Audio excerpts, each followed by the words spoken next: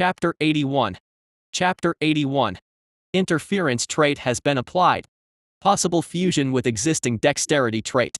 Integration of interference and dexterity traits. Evolved into hijacking trait. Hijacking inherits the effect of the interference trait. Can briefly control electronic devices within a 10-meter range. Limited to one device at a time and cannot be used on cyborgs. Postscript: humans unable to use machinery in the space age are akin to primitives.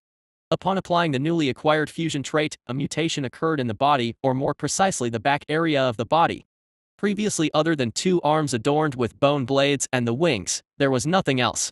New organs emerged from the spot which earlier was just tough skin. Thin plates which were unstructured and rugged grew in 2 rows along the spine. These plates protruded from the back to just before the tail's spiky hair. The plates were deep black in color. In fact, it was so black that it looked like refined obsidian shards had adorned the back, absorbing every speck of light reflection on it. This was originally a passive trait that metallic gremlins had, but when I absorbed it, it changed itself into an entirely different form. With just these plates, I could malfunction the machines nearby. Let's try it out. In the gaming context, this ability had been used multiple times by the players, but this was the first time someone was going to use it in reality. Half leaning forward, I focused on the sensation on my back. I applied force to the back as if trying to move the spine, making the plates tremble. Zzz. Zzz. The plates made a peculiar noise as they trembled, sounding like a distant cicada's cry. A very faint sound, yet within it lay a fundamentally different and eerie dissonance than typical animal sounds. If an ordinary person heard this sound for long, it would surely lead to discomfort due to its dissonance. However, the true value of the plates wasn't the unsettling noise it produced. I, who was strengthened by the effects of the symbol of hunt, could sense it. Sonic waves that were disrupting all the machines nearby emanated from the plates. If someone here could read the flow or wavelengths of electricity, they might have seen what was happening on my plates. As the waves emitted by the plates spread, the lights in the refrigeration unit began to flicker and eventually turned off. Ah! Everyone, stay calm. I can't see anything. The refrigeration unit plunged into darkness in an instant, causing the researchers to scream in panic. Next is hijacking. I checked the surroundings through my developed auxiliary organ. There was no movement from the male cultist. To finish the experiment before his arrival, I focused on the terminal next to the refrigeration unit. Collaborating my auxiliary organ and plates, I searched through the subtle electrical signals flowing into the terminal, seeking the control signal originating from somewhere above. Finally, the frequency that pinpointed the target became sharp scissors, cutting off the control signal. Subsequently, the frequency mimicked the control signal, adjusting itself to a similar form. It aimed to replace the missing control signal. As the frequency turned into a new control signal, information regarding terminal manipulation flowed into my auxiliary system. Open SimSim. With my command, the door to the refrigeration unit swung open. The hijacking trait, as the name suggests, had an appropriation effect on electronic devices. Normally, this door required ID card authentication, but not now. The control was in my hands. With this trait, hijacking a spacecraft would be possible, theoretically. Of course, the limited time frame makes practical application challenging, despite the extended duration due to the effects of the symbol of hunt. The actual control time for hijacking is 3 minutes. Ironically, due to its brief control time, hijacking is often used for purposes other than seizing a spacecraft. Infiltration, perfect for espionage. Note: espionage, the practice of spying or of using spies, typically by governments to obtain political and military information. Being able to counter electronic devices in this high-tech building filled with advanced gadgets would be incredibly advantageous. Originally, I planned a slow takeover as a parasite, but with hijacking, the scope of the operation widened significantly. Not having to worry about surveillance devices like cameras is a huge advantage. Okay. Hold off on the transcendence trait until it's safe. I made up my mind and then eased off the pressure on my back. As the frequencies emitted from the plates vanished, the trait effect dissipated, and everything returned to normal. Conditions for the transcendence system are met. However, I have no intention of creating it immediately. 2 reasons hold me back. First, I don't know what unique trait will emerge. A unique trait created by the transcendental system is a completely new ability that didn't previously exist. While it might be immensely powerful, not knowing what trait will arise is a problem. Moreover, I have to consider the penalties. In my previous encounter with the transcendental system, my wings and tactile organs were restricted. While I could deal with the wings, the tactile organs were crucial for hunting in the city. Having them restricted forced a complete overhaul of my established city raiding methods. I have no idea what penalty this unique trait might bring with it. If luck is against me, it might restrict the traits that I frequently use, like the parasitic colony or the neurotoxin glands. Hence, I need to decide carefully. On the other hand, the hijacking trait immediately aids in assaulting monuments and can be of big help. Having counter abilities against electronic devices in this high-rise building filled with advanced technology speaks for itself. I originally planned to slowly infiltrate as a parasite, but with hijacking, the operation scope has widened significantly. Not having to fear cameras and other surveillance devices is a big advantage. Alright. Let's hold off on the transcendence trait until it's in a safe state. Having made my decision, I rose to my feet. A sense of someone's presence was felt in the corridor outside the refrigeration unit. It's time to prepare to welcome our guest. I turned around and saw that the jittery researchers were still there. They still had work to do. Andre, along with his colleague Anna, belonged to the cultists that migrated to Megacorp. Just as Megacorp was the battleground of 7 families, the cult too had been plagued by internal strife. Ugh, this is tiresome everywhere. Wherever there are sentient beings, there will inevitably be conflicts. Despite being an outsider, Andre knew what was going on in the Megacorp. They might call themselves a council or something grand, but in reality, it was nothing more than vile squabbles for selfish desires. He had changed his name during childhood when they were immigrating, but now, he doubted if continuing to work in this city was the right choice. What trouble is this because of these barbaric primates? TSK. He clicked his tongue and stepped out of the elevator. The refrigeration unit was just down this corridor. He waved at the cameras in the corridor as he passed by. Thinking of his fellow cultist Anna made Andre feel a bit better. Come to think of it, Jeanette used to talk a lot. Thinking of his fellow, a former coworker who suddenly submitted resignation before the council meeting and vanished. She was a good friend. Huh? Andre, walking down the corridor, felt an odd sensation. The orderly corridor with bright silver metal panels was the same as usual, yet he found the usual appearance of the corridor strangely unfamiliar. An unidentifiable unease filled the space. What's this? If he had continued to live within the cult's nature, he might have easily recognized the sensation he was experiencing. It was a warning. Why is it so cold? Andre, with his arms covered in goosebumps, walked slowly down the corridor. Arriving at the refrigeration unit at the end of the corridor, he pulled out the MasterCard for the 3rd central control room. The door opened with a short mechanical sound, releasing a chilly air which was incomparable to before. Wow, it's freezing. Despite the extreme cold, the cooling system itself seemed fine. Stepping inside the storage, he called out to the researchers. Hey! There was no response. Sensing the seriousness of the situation, he quickly picked up the communication device. 3rd Central Control, Andre here. Can anyone hear me? ZZZZT. 3rd Central Control, Andre here. A strange anomaly has occurred. This. Apart from the static sound, there was no response on the communication device. Andre intended to go outside to signal the cameras, but he heard a sound nearby. Who's there?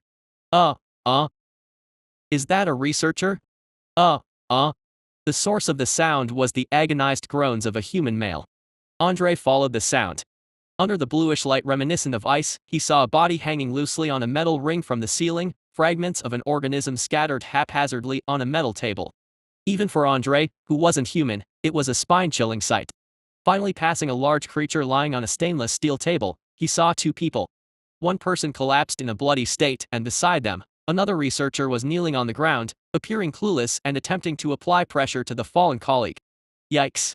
Are you okay? The floor and the researcher's hands were completely drenched in blood. Suppressing a gasp, Andre hurriedly picked up the communication device again to attempt communication. However, the device continued to emit static noise. The kneeling researcher sought help from Andre. Please, help us. Responding to the urgent plea, Andre quickly approached the fallen researcher to assess their condition. There's too much bleeding. We need to get to the hospital upstairs immediately. In Andre's eyes, the fallen researcher was in a critical state, and the communication device was not functioning. The wounds are too severe to move him right away. In an attempt to stop the bleeding, Andre pressed firmly on the researcher's wounds. "I'll watch him. Quickly, go get someone for help." He shouted at the researcher to go call for medical assistance, but the researcher behind didn't move. The unexpected response shattered Andre's expectations. Sorry." "What?" The researcher's sudden apology puzzled Andre. At that moment, the large creature lying on the table behind him wriggled. "He has been gone for a long time now. What's happening there?" Anna, who was sitting in the control room, picked up the communication device. It had been a few minutes since Andre had left, and yet there was no response from the colleague she was trying to call. It took a while for the signal noise to be picked up by the colleague. "Why weren't you answering? What's happening downstairs?" Nothing, I am going up." "Really? But this communication device seems a bit off. Static sounds keeps interrupting. Get it checked when you come up." "Yeah." The transmission ended and Anna checked the cameras again. The corridor in front of the refrigeration unit, her colleague was waiting, suddenly distorted on the camera screen. "What's this?" She tapped the monitor slightly, and it returned to normal. However, the camera screens started flickering one by one. "Why is this happening?" Annoyed, Anna grabbed the communication device to contact the maintenance team. Just as she was about to press the call button, the camera screen blinked once and then returned to normal. The corridor in the screen appeared unchanged from before. But Anna was certain. Just before the screen restored, she saw something pass by, a black object. What was that? Anna put down the communication device and operated the computer. Eventually, holographic records of the errors and subsequent restorations appeared in the air. Arranging the holograms in a row, Anna scrutinized them closely. Above the bright silver corridors captured by the cameras, there seemed to be nothing. Except for one spot. What's this? In the corner of the screen, there was something small. It resembled a long, pointed thorn-like object. Those thorns were slightly different in position but were present on all the screens. As Anna leaned closer to examine it further on the camera, a beep sounded, the sound of the terminal checking the MasterCard. At this time, there was only one person expected to come to the third central control, her colleague, Andre, who had gone downstairs to investigate. "What's taken you so long?" As Anna turned around to say a word, a sudden thought struck her. Come to think of it, why wasn't anything visible on the cameras? Even while she was reviewing the records, the cameras were continuously active. Yet, there was no footage of Andre coming here. The door opened with the sound of air escaping. Chapter 82. The meeting room in the skyscraper monument. It was the 5th day since the council meeting began. The team leaders in the room all had their heads down, lips tightly sealed. There have been several gatherings since the council meeting began, but the atmosphere today was particularly somber, all due to the presence of Layla, the city's ruler, who was currently sitting at the main seat. The council meeting has been a complete failure for the past 5 days. There's no need to mention whose fault it is, right? Someone in the room audibly gulped at Layla's declaration. There were 2 people who played a pivotal role in this council meeting's impasse for the T&C. One was Akira Eugen, the patriarch of the Eugen family and the ruler of Megacorp, who was actively walking and lobbying outside the conference room. He's acting like a desperate beggar. It's an unspoken rule in the Megacorp that the CEO doesn't attend the council meetings. Electioneering for the CEO or CEO candidates in Megacorp is illegal by law. Of course, just because it's defined by law doesn't mean everyone complied with it. An electioneering of a politician or political campaigner means to take part actively and energetically in a campaign to be elected into a public office. Before the elections or even during them, all families lobby people covertly. Since everyone engages in it, it's more of a hush-hush thing, where all the families tend to hide it and feign ignorance despite knowing about it. But Akira crossed the line. He openly met the elders from the other families to strike deals, promising what he'd give in exchange for their votes. Though Layla protested against this blatant illegality, it was thwarted by the intervention of the pro-Akira faction, which was led by Wei Jiao. If that was exhausting enough, a more serious problem loomed. Those damned Thompson zealots. Personnel from the Thompson family, one of the 2 families that constitute the T&C, were actively hindering her. They welcomed the idea of a CEO coming from the T&C but opposed it being Samdom Chamberlain. Presently, the Chamberlains were leading with a 6-to-4 ratio in the hierarchy between the 2 families. If Samdom became the CEO, the gap between both the families would significantly widen. Therefore, Thompson's people were engaging in all sorts of misconduct towards the people from prime capital in the city. TNC was a union of two families, namely the Thompsons and the Chamberlains. Despite Chamberlain's claim that they were different from the Thompsons, to the outsiders, both were seen as one. Whenever the Thompsons made a mess, the image of the Chamberlains got affected too. Thompson's problem was a dilemma even for her father, who is called as the snake in the political world. If he also was having a problem solving it, then naturally, it was a problem she couldn't solve either. If this continues, I'll be stripped of the position of the administrator of this city, and if a new administrator arrives, all of you who were appointed by me will also be expelled. It was true.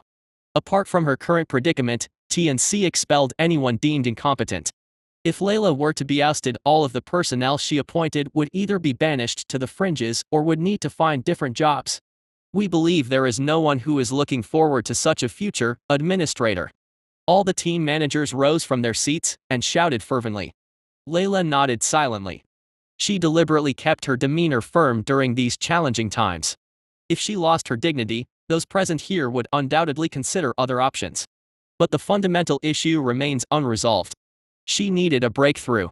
Her gaze fell on the head of the dissection department, who was present at this gathering for the first time. Dissection department team manager. Yes, yes. His complexion had turned pale even before entering the meeting room, and as Layla called his name, he straightened his back and responded. Have you registered the genetic data extracted from the monster? Not yet. As per the protocol, whenever a new organism is discovered, its genetic data should be registered in the Megacorp Data Archive. However, some entities treated genetic information as corporate secrets, like the Eugen or the Eden family, and often refrained from registering them. After a brief pause, Layla spoke again. Hold off on the registration, but continue on the research. I'll take the responsibility. Understood. And can the current research progress be presented immediately? Yes. Well, if I prepare, it shouldn't be too difficult, but then have it ready by tomorrow afternoon and report it to me. If the results are satisfactory, we'll present it alongside introducing the new business segment during the council meeting. Layla's bombshell declaration surprised all the team managers. As the city's administrator, Layla was known for her overly cautious nature. She always scrutinized all business endeavors before proceeding. Hence, everyone was astonished at her sudden decision to initiate a new project. I'm only going to give a general introduction, so there's no need to feel pressured. There are many things to review regarding the project, such as the budget and workforce, so we will review those aspects step by step after the presentation. Yes, understood. Envious gazes were cast upon the head of the dissection department by all team managers due to Layla's radical yet impeccable decision. Given that if the results were favorable, the head of dissection department's promotion was as good as guaranteed. Congratulations to you, dissection department team manager. Thank you. The biological management team manager, who was sitting beside the head of dissection department, expressed envy through his facial expression, extending compliments to him. Despite the widespread envy, the head of dissection department appeared as though he were dying inside. What did I do to deserve this agony? He inwardly cursed at himself. Even now, the dreadful parasites nestled inside his head. But he couldn't speak it. He witnessed cultists being devoured by the monster. His only desire was to live a long, healthy life. Wealth and power could only go so far if one met a gruesome end. Let's proceed, then. Yes. Coughing slightly, Layla, feeling fatigued from the council meeting, coughed once and commenced the meeting. There was no predation effect this time.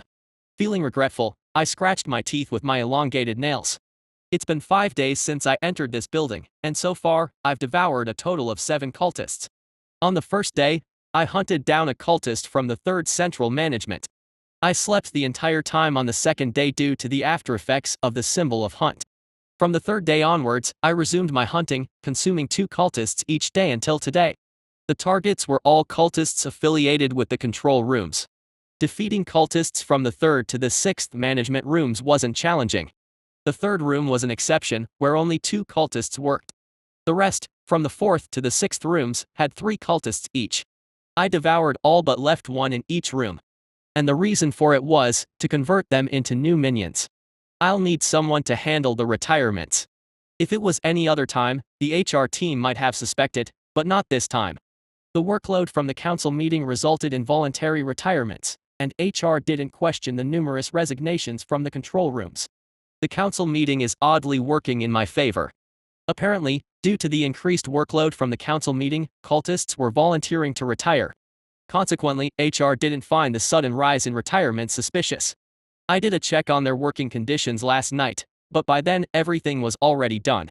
Cultists from the 3rd to the 5th central management rooms and even the remaining ones in the 6th central management rooms are all my slaves now. Today, I consumed 2 cultists from the 6th central management, turning one into a minion. Is it over? Anna, who had been waiting while I had my meal, asked me. Standing next to her was the cultist from the 6th central management who had recently been infected by the parasite, wearing a melancholic expression. He seemed quite uncomfortable with the fact that he had passed on his colleague. I was disappointed too.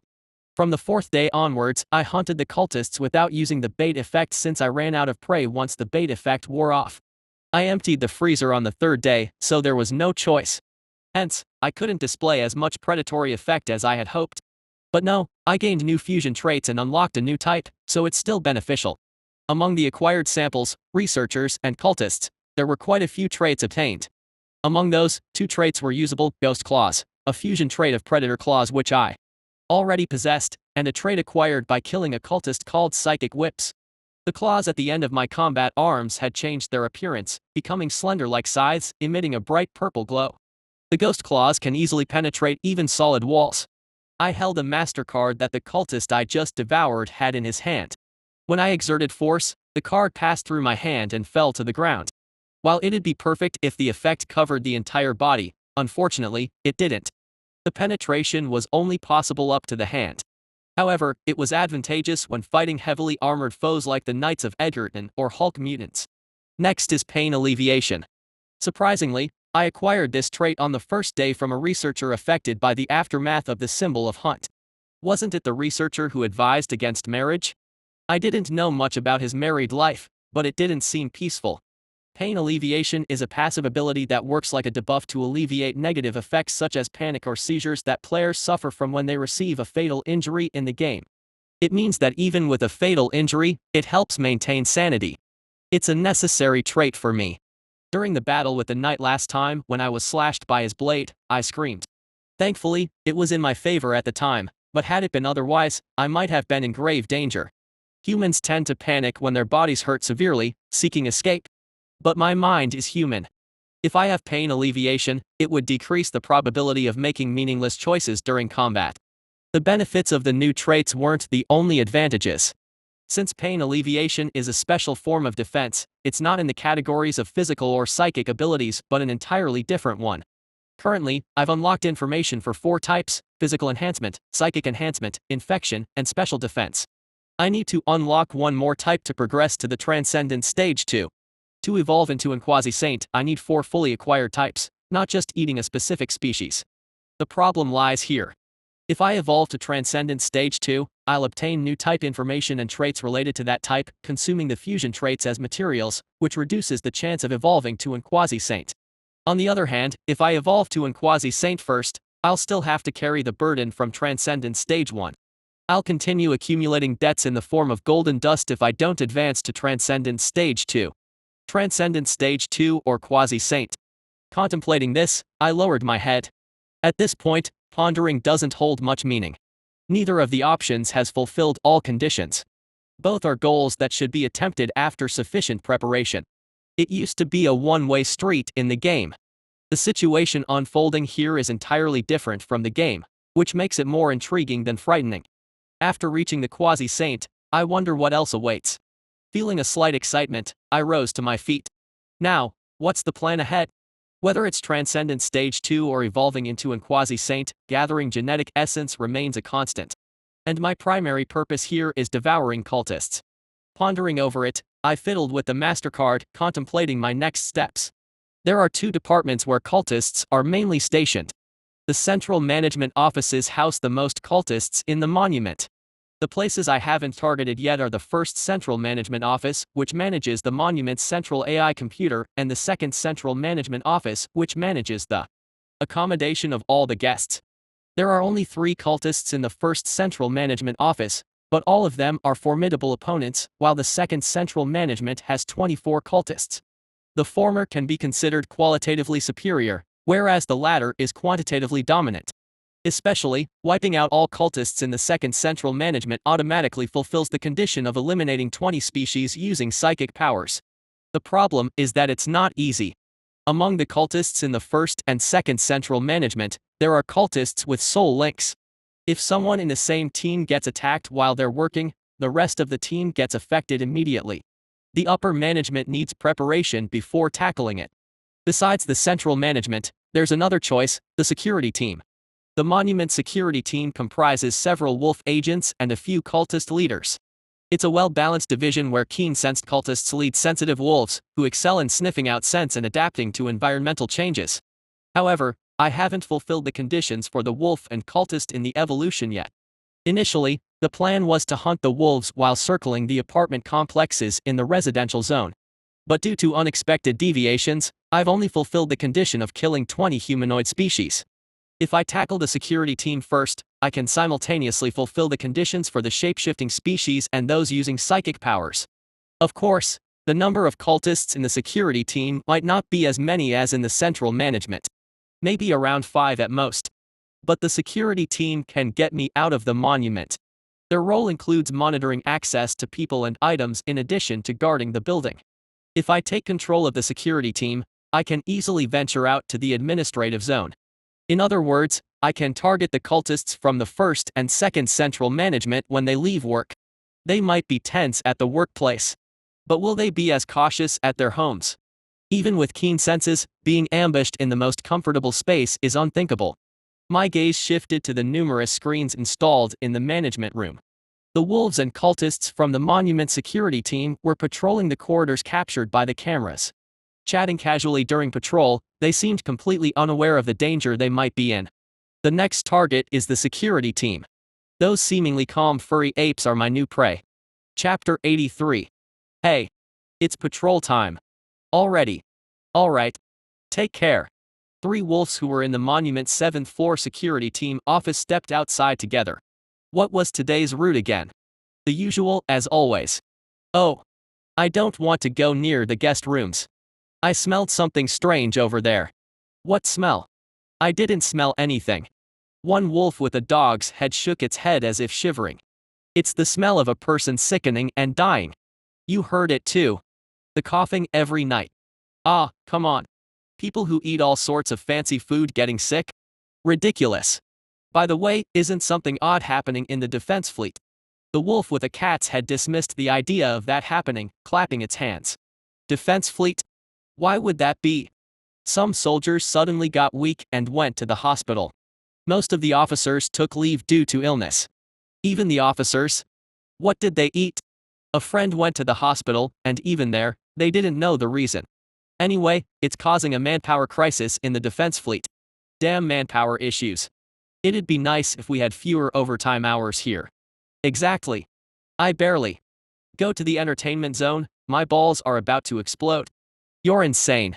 They continued their patrol, thoroughly discussing the upper levels of the monument. They were deep into gossiping, realizing the patrol route was nearly done. We've got only the 3rd and 4th floors left, right? Yeah. The 3rd and 4th floors house the food storage and equipment storage, respectively.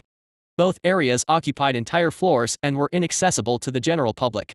Hey, sorry, I need to use the restroom. Have your coffee quickly? Alright. I'll catch up while you're on your rounds. While the dog wolf dashed to the restroom, the cat and cheetah wolves took the elevator down to the 4th floor. As they arrived at the equipment storage, they found a woman standing there. She wore a MasterCard from the 3rd Central Management Office on her chest. Oh. You're Anna from the management office, right? What brings you here? Hello. My flashlight broke, and I came to replace it, but I can't get in with my card. Anna spoke in a troubled tone.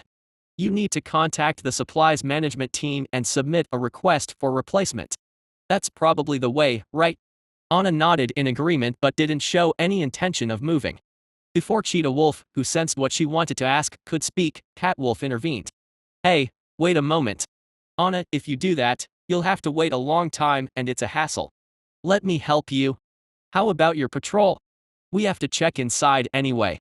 I'll help Anna, then go straight there, and you stay on the 3rd floor. Ugh, you're unbelievable.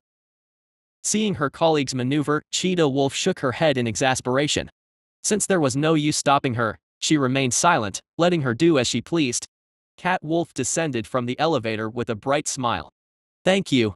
Oh, no problem. Shall we go? Leaving her colleague behind, Cat Wolf walked with Anna down the corridor. As the 3rd and 4th floors were occupied entirely by 2 facilities each, there were not many doors. At most, there were entrances to the equipment storage and emergency stairwells. How's the management office over there these days? It's the same as always. Is that so? The security team here is struggling because of the higher-ups. They're so edgy, thinking everyone is a cult member. Oh, Anna, I'm not saying anything about you. Oh. Yes. Even while walking together, Cat Wolf didn't stop talking. Anna's expression had been pale since they first met, but Cat Wolf only assumed it was because her flashlight was broken, making her feel upset. Okay, I'll open it for you. Arriving at the storage, Wolf used the security team card to open the door. As soon as the door opened, Cat Wolf didn't enter but stopped in place. His pointed ears perked toward the inside of the storage. Why are you doing that? Oh, I think I hear something. There shouldn't be anyone in the storage, yet a sound echoes within. It's a faint, insect-like noise easily missed without focus. But for Cat Wolf, it's a discordant sound that grates on his nerves. Unlike the wolf with keen hearing, Anna seems oblivious to any abnormalities. She nonchalantly enters the storage. I don't hear anything. Really? Maybe it's my imagination. Cat Wolf shrugged off the noise and followed Anna into the storage. The storage room was vast, filled with metal shelves and drawers touching the ceiling. Why are the lights like this? Normally, small lights on the ceiling should be on automatically. But now, there are more off than on, some blinking erratically. Damn, this is eerie. Is it the strange noise or the flickering lights? He felt the coarse fur on his body standing up. Anna. In the dimness, Anna, who entered first, wasn't visible. He switched on the flashlight. The mixed scent of rusted metal and various items in the storage created a nauseating smell. Where are you, Anna? Inside. She claimed her flashlight was broken, yet she wasn't turning on the light. Even I can't see well, but she went in like this. He followed the voice deeper into the darkness. With each step, the strange noise intensified. Where is it coming from? It echoed through the metal shelves, impossible to trace its origin. One thing was clear, it grew louder as he approached Anna. Finally, he spotted her. Anna. You scared me. Why aren't you answering? She stood turned away, seemingly transfixed. Anna. Only then did he sense something off. Her delicate, cult-like figure trembled unmanagementably. As Cat Wolf approached, the flashlight abruptly flickered and died. What's happening now? He tapped the flashlight a few times in the pitch black. Ah, there it goes. Instantly, the light returned and the unsettling noise ceased. Now Anna faced him, or rather, her gaze was beyond his shoulder. He realized it too late. As he turned, the thing hanging upside down from the ceiling attacked him. Why aren't they coming? Are they stuck somewhere sleeping? Ugh, seriously? Kenneth, from the security office, frowned at his subordinate's delay. Whatever, I'm calling them. He picked up the communication device to reach his subordinates. Hey, where are you? Still not here. TS, big, TS, event, TS. What? I can't hear you properly. What, TS, TS, in, TS. Kenneth's face hardened. The communication was unclear, but one word was unmistakable, assault. Where are you? I'm coming down. What, TS. Hey. Damn it. Everyone, get your weapons. Why, what's happening? Intruder in the storage. Kenneth's shout sent the 6 wolves in the office into alert mode. With many VIPs staying in the monument due to an important event, an intruder now would mean a major incident. As his subordinates geared up, Kenneth contacted the higher authorities, but the communication failed. He received a communication device from his subordinates.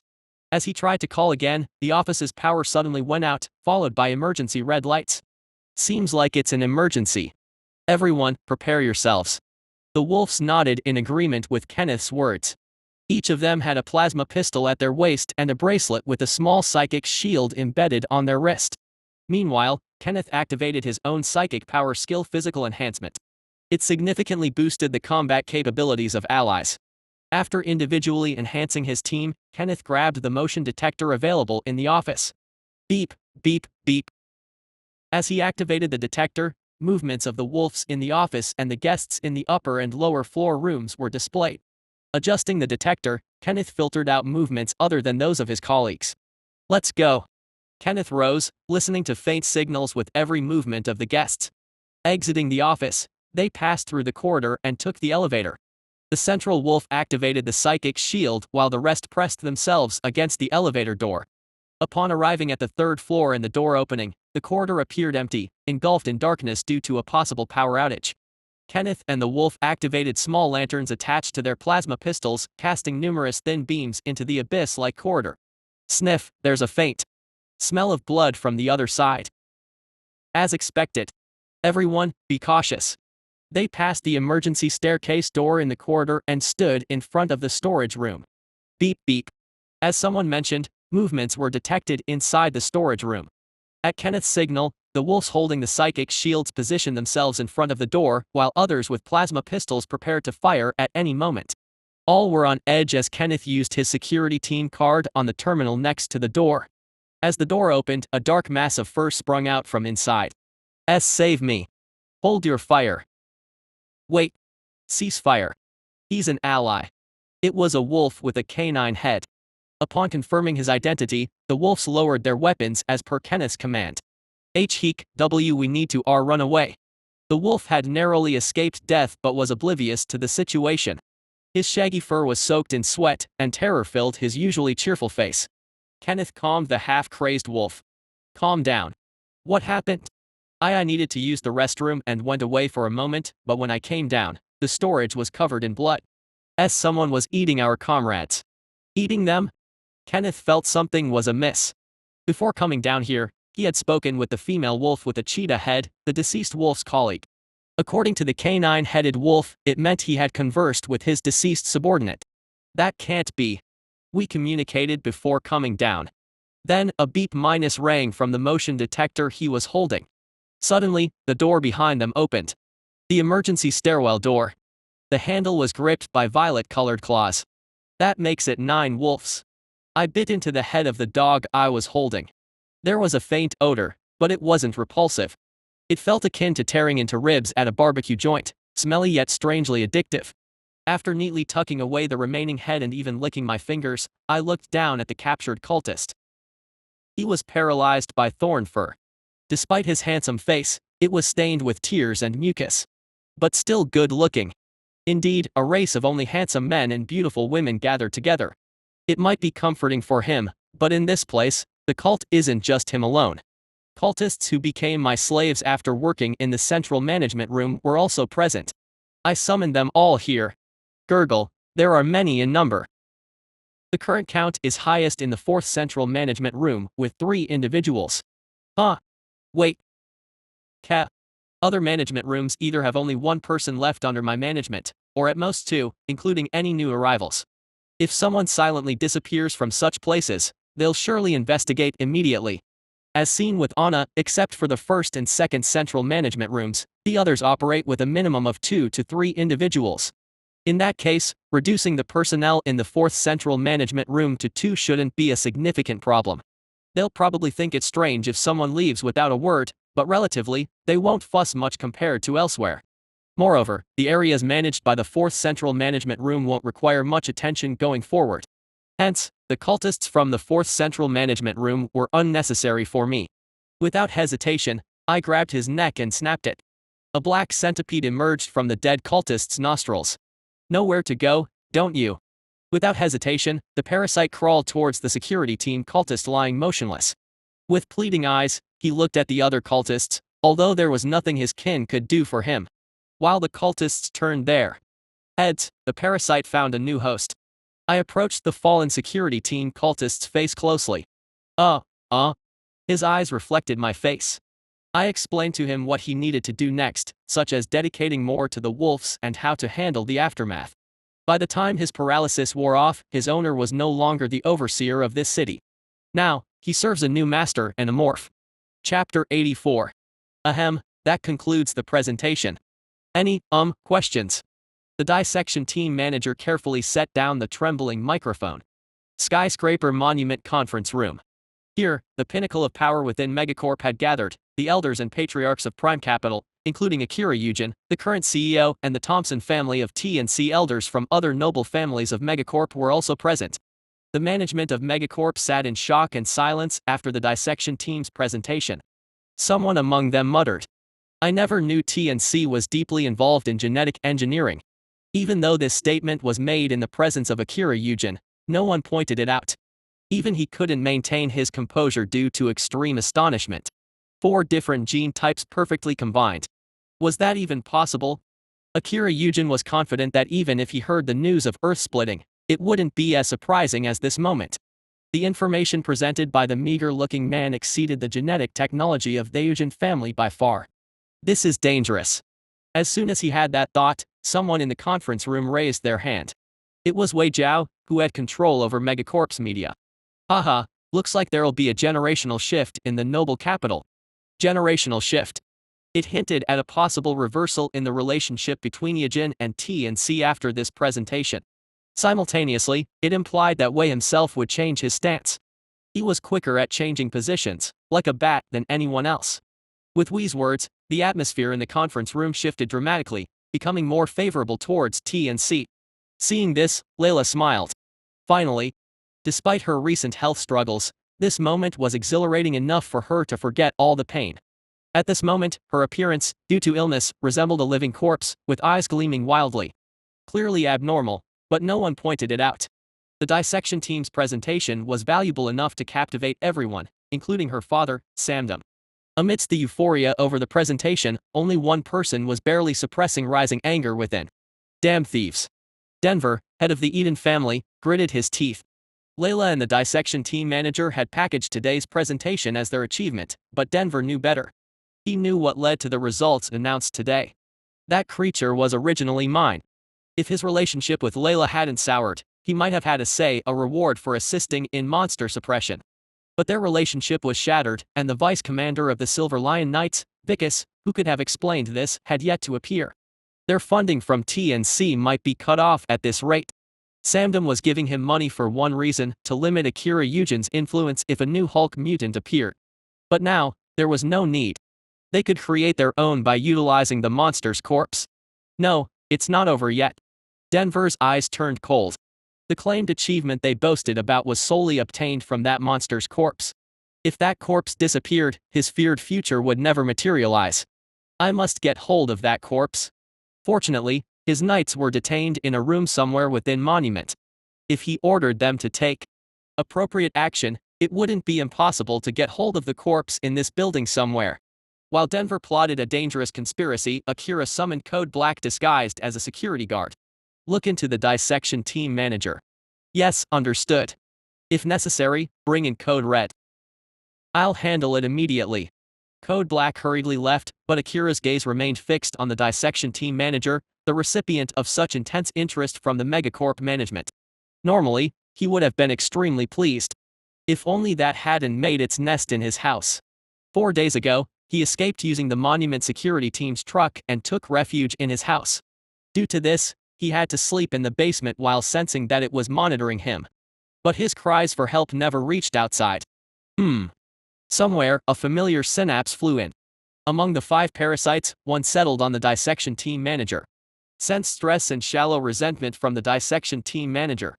With that statement, it reported giving appropriate pain to the arrogant host. Is it because of the house? Currently, I am temporarily using the dissection team manager's house as my hideout. Senior officials receive housing in the administrative zone. The special trading hub provides free housing and personal vehicles to cultists and high-ranking officials. William, whom I previously captured, also resided in the administrative zone. Currently, all my enslaved cultists live nearby. Besides, the dissection team manager is quite useful. He regularly reports information about me to the city's overseer. This is why the upper echelons of Monument have failed to associate sudden employee disappearances with me. Moreover, the feared leak of information isn't significant. According to the dissection team manager, my genetic information isn't registered in Megacorp's data archive. It seemed to be due to orders from the city's overseer, but the reason remains speculative. Perhaps it's due to greed.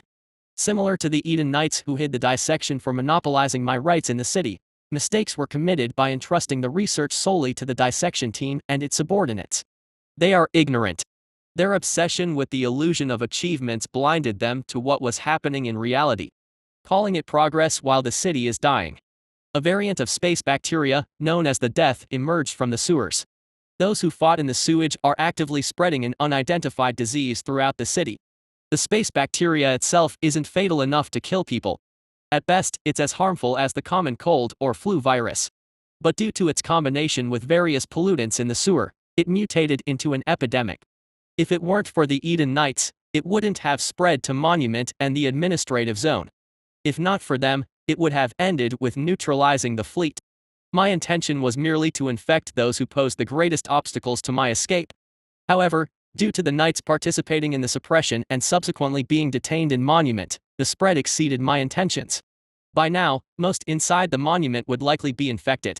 It might become uncontrollable in a few more days. There's no problem as grave as an epidemic spreading in a sealed structure floating in space.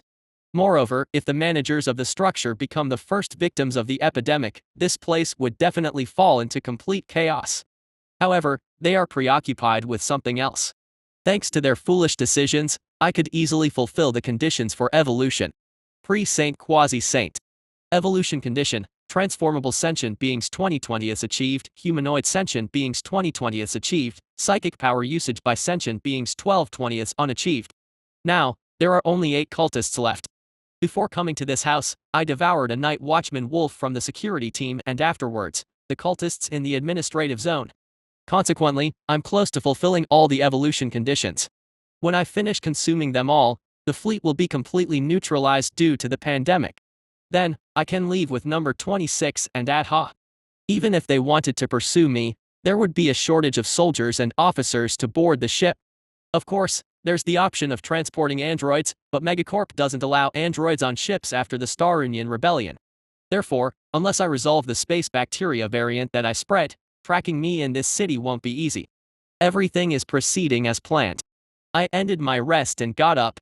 But how are the kids doing? Conversing with them was challenging due to the distance between us. The wavelengths I emitted reached, but they kept getting interrupted in the middle, making proper communication impossible. I could keep trying, but this place is inhabited by cultists. Being sensitive to psychic powers like me and number 26 can intercept the wavelengths I emit. Maybe if it's the cult in Central Control Room 1. Those cultists, there are entities traversing the same path as the cultists I've consumed so far. Fighting one-on-one was risky enough, being outnumbered spells defeat. The yak horn cultists are incredibly powerful. Cultists specialize in psychic powers based on their horn appearance, with varying strengths. For instance, a goat horn is auxiliary, while a mountain goat horn is melee combat focused. Their abilities amplify significantly when using powers aligned with their horn type. The yak horn excels in 4 psychic power types. Melee combat, ranged combat, buffs, crowd control, strong in these 4 types, receiving over 3 times synergy when using those abilities. Despite my enhanced defenses due to traits and types, the psychic powers used by yak horn cultists are formidable. That's why I'm targeting other cultists.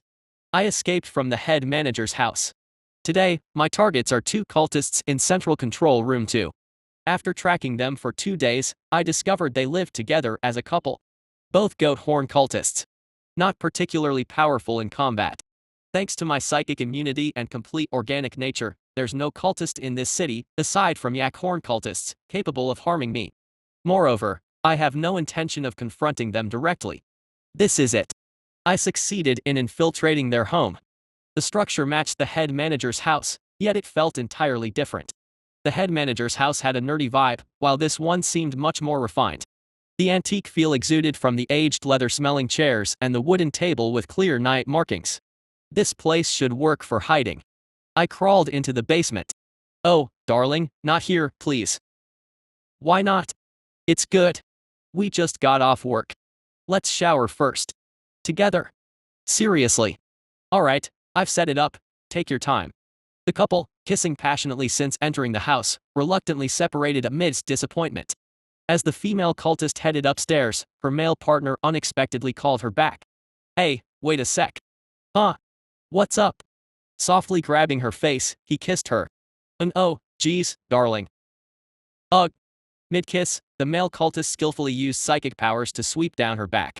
Feeling a rush of electricity, the female cultist groaned from her lips. Ah. Dar. Please. Stop. Managing to gather herself, she pushed him away with both arms. Blushing intensely, she looked at her amused partner, unable to get angry. She sighed and went upstairs. All right, let's get ready. The male cultist retrieved a premium bottle of wine and 2 glasses hidden in the cabinet. Items specially acquired from Earth for today. Carrying the gifts, he headed upstairs. But a voice called from above. Darling, the hot water isn't running properly. Again. All right. I'll check it from downstairs. Yelling to his girlfriend, the male cultist, carrying the gifts, opened the basement door. Huh? Why now? Turning on the basement lights yielded no response. He contemplated bringing a flashlight. It's probably nothing. Carrying the wine and glasses, he descended into the basement. Familiar with the layout from previous encounters, navigating the dim basement posed no challenge. Was it this? He adjusted the water temperature. The machine's light changed from red to green, and he heard his girlfriend's thankfulness from above. I'll go check. As he attempted to turn, he felt it. There was something behind him. Thud. The wine bottle in his hand shattered on the cold floor. The liquid flowing was too crimson to be wine. Heh, heh. The female cultist hummed cheerfully under the warm water. Having recently worked overtime, she was delighted to come home on time for once. He said it was a surprise. What could it be? Before coming home, her boyfriend mentioned a surprise gift but didn't reveal what it was. He just asked her to anticipate it. As she wondered how surprising it could be, she heard the sound of the bathroom door opening behind her. Today was too easy. The cultist couple failed to acknowledge my presence at home, leading to their defeat without resistance. No matter the cultists in the city, they should never let their guard down this much. Even on a planet where cultists reside, I couldn't defeat goat horn cultists this easily. Anyhow, with one goal achieved, I left for the hideout. Given the evening hour, people were scarce on the streets, so I took a different route than when I arrived. Just 6 more to capture. The head manager's house wasn't far. Huh? Someone stood in front of his house. As soon as I recognized their existence, a brief scene appeared and vanished from my sight. Unavoidable encounter. I died. What? That was a danger prediction effect sent by my predator sense. In that moment of realization, my combat arm was severed. Arc. Pain nullification activated. While almost losing consciousness due to excruciating pain, the pain mitigation swiftly alleviated it. I quickly threw myself backward. The sidewalk block I stood on was obliterated by an intangible object. Psychic whip. The object that severed my arm and made the street rubble was a weapon created using abilities I know well. However, as far as I know, this ability shouldn't have this level of destructive power. Indeed. Was it such a thing? The woman standing in front of the head manager's house was the mastermind who materialized the impossible. If captured for research there, producing such research results wouldn't be difficult. As she reached out, a vivid purple whip appeared in the air. She now bore yak's horns on her temples. I dedicate you to Lord Akira.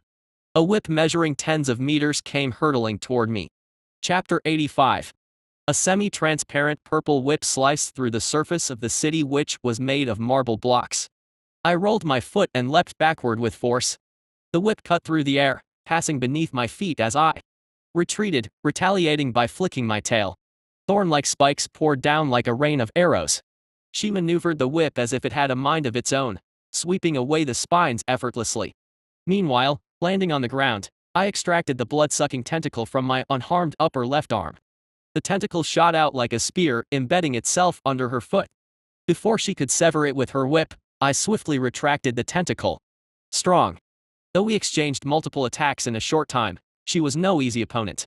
She possesses more than just a couple of traits. Presently displayed were only 2 traits, but I knew there was more. I've seen the emergence of yak horns before. It's not a cult. There's no way to hide yak horns except by artificially removing them. Therefore, the enemy was a genetically modified human bearing cult genes. I knew of a similar existence to her, someone who raided the research ship with space dogs and attempted terrorism in this space city. See Hyun Yujin. Although she perished, becoming part of my being, now the Yujin family was attacking me. Given we're in a council meeting, Their presence isn't unexpected here. Certainly unexpected, however, to meet in a regular residential area, not within Monument. They're after me. Perhaps they came to gather information about me from the anatomy team leader's house. I should have concealed myself better. I briefly regretted it but shook it off. It was time to focus on the battle. What's confirmed right now are her transformation ability, psychic, and an additional ability unknown to me. I glanced at the cross-section of my severed arm. Thanks to regeneration, the section was healing, but it would take time for the arm to fully regrow. Psychic, exceptionally powerful. The ability utilized for my Ghost Claw materialization usually functions as a medium-range deterrent. It's not meant to cut off my arm meters away and turn it into a pavement. There's a supplementary ability to enhance traits and techniques. And it's immensely powerful, surpassing my soul ability. This won't do. It seemed I needed to use Insight. Previously obtained from capturing William, Insight randomly reveals some of the enemy's equipment, techniques, and abilities, limited to 5 uses per day. But facing such a formidable foe, I activated it. Violet auras emanated from my eyes and information from Code Black appeared in transparent text boxes before me. Name, Code Black, real name. Species, human, genetically modified. Status, enhanced, psychic master, dragonification. Equipped gear, unique grade. Skills, psychic, psychic master, physical transformation, dragon heart, among others. As the information materialized, a purple whip flew towards me from Code Black. Dodging by laying flat on the ground, I activated the igniter inside my throat, unleashing a massive blaze. Fire. This won't harm me. Through the flames and smoke, her voice reached me from the burning road. I'm aware. Fire and smoke were mere illusions. I shot spike bones from within the thick smoke and dashed forward without looking back. As she deflected the spike bones with her whip, I needed to act swiftly. Code Black received Galagon's genes just like Hijacking. Moreover, it was the genetic code of Black Galagon, a higher existence than White Galagon. Among her skills, Dragon Heart was a unique ability exclusive to Galagons above Black Galagon. This skill, when possessed, allows for dragonification, a special state similar to my symbol of hunt. The enhanced psychic power and rapid charge. Though her enhanced psychic power seemed less than my symbol of hunt, what mattered was the rapid charge part. With Dragonheart, she could unleash extensive mental power and energy-consuming techniques like psychic breath, psychic master and dragonification. No wonder it felt excessively potent. Psychic master is a passive effect automatically granted to cults with yak horns. It enhances psychic abilities in melee, ranged, buff, and crowd control categories. She's simultaneously using multiple abilities in dragonification. During the fight with Hijacking, I took advantage of her inability to use multiple abilities simultaneously. But applying that strategy against Black was impossible. Moreover, there was a unique grade equipment in the enhanced state that wasn't visible through Insight. I might not know what the enhanced state means, but I can guess the unique grade equipment. In a black upper garment, if it's unique grade, there's only one I know of. Black Shroud. It's one of the relic grade enhanced suits only cults can obtain, allowing the wearer to evade death once every 3 days. Even against attacks turning the entire body to dust, they'll survive as long as the cooldown isn't active. In other words, to defeat Black, I need to kill her twice. Whether it's the possessed skills or the equipment, she's an opponent I can never face with this body. If only I had Chinium like when fighting Hijacking, but here, that solution isn't available. Symbol of hunt is necessary. Now's not the time to worry about the aftermath. Breaking into any nearby house, I swiftly activated the symbol of hunt. Although I couldn't see it through Insight, there might be tracking abilities as well. Even while my body transformed into a combat-optimized form, I constantly surveilled the surroundings through auxiliary organs. She's coming. I sensed Black getting closer beyond the wall. Her body emanated intense psychic power. Oh no. Her whip struck the wall, initiating the house's collapse. Not content with merely destroying the house, Psychic struck furniture, charging towards me. The transformation was barely complete when her whip struck my head. It was a shock similar to being hit by a plasma launcher. The difference was, back then, I wasn't in the state of symbolic hunting. But not now. Just endure. The struck area's exterior peeled away, but it wasn't fatal. Such wounds would quickly heal due to enhanced regeneration. I put strength into my legs and forcefully slammed the ground. Flying out through the collapsing house toward the enemy, I caught her off guard with my speed, causing a slight twitch in her eyebrows.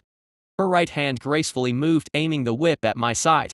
I defended using the shield-shaped exterior formed on my wrist by the symbol of Hunt. The sound of scraping metal and sparks emerged as her enhanced psychic attacked. However, it couldn't pierce through my reinforced exterior, strengthened by 3 effects: type, trait, and symbolic hunting.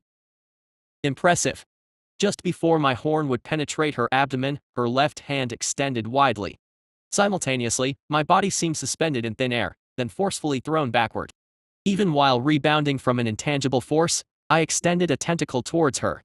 Anticipating my counter, she swiftly dodged, narrowly avoiding my tentacle. The collision ended in my disadvantage. I crashed into the ruins of a collapsing building. Wooden debris and concrete from the ceiling rained down on me. TCH. I suspected she possessed yak horns, but she also had a defensive superpower. The technique she just used was reflection. It's a psychic power that deflects attacks coming from the direction one's facing. Not all attacks are deflected, but psychic attacks can't be blocked. The odds aren't in my favor. To bypass reflection, I'd need to directly target with a psychic attack or aim indirectly. Among my psychic abilities, I only have one attack attribute: Psychic Breath. It won't be easy, but it's not impossible. I rose from the rubble. At that moment, Black aimed her whip precisely where I was and swung it. Confident in my tracking abilities, I evaded the whip and grabbed a broken wooden table from the debris, hurling it in her direction. Tricks won't work. With a cold voice, the two clashed. Tricks, huh? All part of the plan. I fled the pile of ruins. From behind, she pursued with the summoned whip. Perhaps due to the Black Shroud's enhancement effect or possessing a technique to enhance physical abilities, she effortlessly chased me. The long whip hissed like a serpent, striking my back. While running, I concentrated on my sensory organs, but completely dodging was impossible. Despite the ruptured exterior and bleeding, I gritted through it. Gotta endure. Appearing weaker is the most effective lure. As long as it's not a fatal blow or disadvantageous in combat, it's fine. Of course, enduring excruciating pain with a clear mind was challenging. Thankfully, there's pain reduction. If I hadn't had that ability, I would have screamed in agony. Is this not enough? Code Black said that, now wielding psychokinesis from her left hand as well. The snake with 2 heads hissed threateningly. This is unexpected. I hadn't anticipated this. Originally, I was planning to head to the subway station underground. But if I keep taking these attacks, before I initiate the lure, my body will be completely battered. Let's go to the basement. I changed direction and dashed towards a nearby house. Breaking through the wall and entering, cultists inside gaped at me. Ignoring them, I descended into the basement. Behind me, the cultist who had been screaming in terror was torn to shreds by Black's unleashed psychokinetic powers. Blood gushed up the stairs, followed by the sound of her footsteps. So even beasts act like beasts. Choosing a dead end to flee. Her voice echoed from the stairs. I readied myself in a corner of the dimly lit basement. I unleashed a psychokinetic breath that I had prepared in advance. A purple sun, made from the essence of pure psychokinetic power, flashed. The concentrated heat of the psychokinetic power, enough to destroy everything in its path. KRK. She dispelled her psychokinetic ability and hastily aimed her hands at the heat wave. From her hands emerged black orbs, transforming into heat waves similar to the psychokinetic breath I had unleashed. The clash between the purple and black psychokinetic forces echoed throughout the entire administrative district, shaking the foundations of the underground basement. Just the shockwaves were peeling away my external layers, and the acidic blood, flowing out, evaporated due to the effects of the psychokinetic power. The tip of my monstrous tentacle, split by the collision, turned into dust and scattered. KKK. Not just me, but she seemed to be in extreme pain. Her black shroud protected her body, but her hands, used for the breath, were covered in blood. The psychokinetic breath I unleashed and the one she fired annihilated each other. However, to anyone witnessing us standing atop the ruins, she would clearly seem victorious. My entire outer layer was nearly torn away, except for my palms, while she remained unscathed. To any observer, she appeared far superior. It was unexpected, but it seems I've won. She said that calmly. I spat out flames toward her. Using fire and smoke as a smokescreen, I escaped the basement through the broken ceiling. The phenomenon that had just occurred with Black was due to the physical adjustment ability. Physical adjustment is an advanced support psychokinetic power that a psychic can bestow upon another psychic. It allows the psychic to instantly teleport the recipient, making their body temporarily intangible due to the powerful abilities, nullifying the effects of any poison. However, the range of teleportation is short, and while the adjustment is active, the psychic bestowing it becomes completely immobilized. There are two enemies. I speculated that there might be a hidden psychic acting as her accomplice. The range of physical adjustment is a maximum radius of 1 kilometers. While the recipient is under its effects, the psychic bestowing it is rendered completely powerless. They won't just let me be. They'd likely not leave me alone even if I continued to run. When the symbol of the hunt status ends, it'll be over. Their objective is to capture me, not to kill. If they wanted to kill, they could have showered me with psychokinetic breaths. They are also wary of me. Since I already received a blow, for a while, they will probably fight passively. Of course, that time won't be long. Once all my strengths are revealed, it will truly be over. How do I break through? As I pondered that, the part of the monstrous tentacle behind my head twitched. Gia. How do I strategize? Big baby? At the familiar vibration, I swiftly looked up. The ground I stood on trembled. Concrete laid on the road cracked open, and from within, dozens of long, thick tentacles emerged. We've arrived. From the exploding concrete hole emerged a giant pink jellyfish, well over 5 meters tall. Chapter 86. Number 26. The pink jellyfish that emerged through the asphalt on the road was number 26. How did it change so much while I was away? For a moment, its appearance was drastically different from before. Firstly, the subtle, flowing hues on the pink body were something entirely new. A myriad of colors shimmered gently, which hadn't been present previously. An aura of constantly shifting energies, radiating in all sorts of colors, seemed to survey its surroundings, resembling numerous eyes. This effect was a result of one of Sea Demon's unique traits, abyssal dread. Due to this trait, individuals lacking resistance to psychic attacks would either lose their minds or fall into a state of panic when approaching the Sea Demon.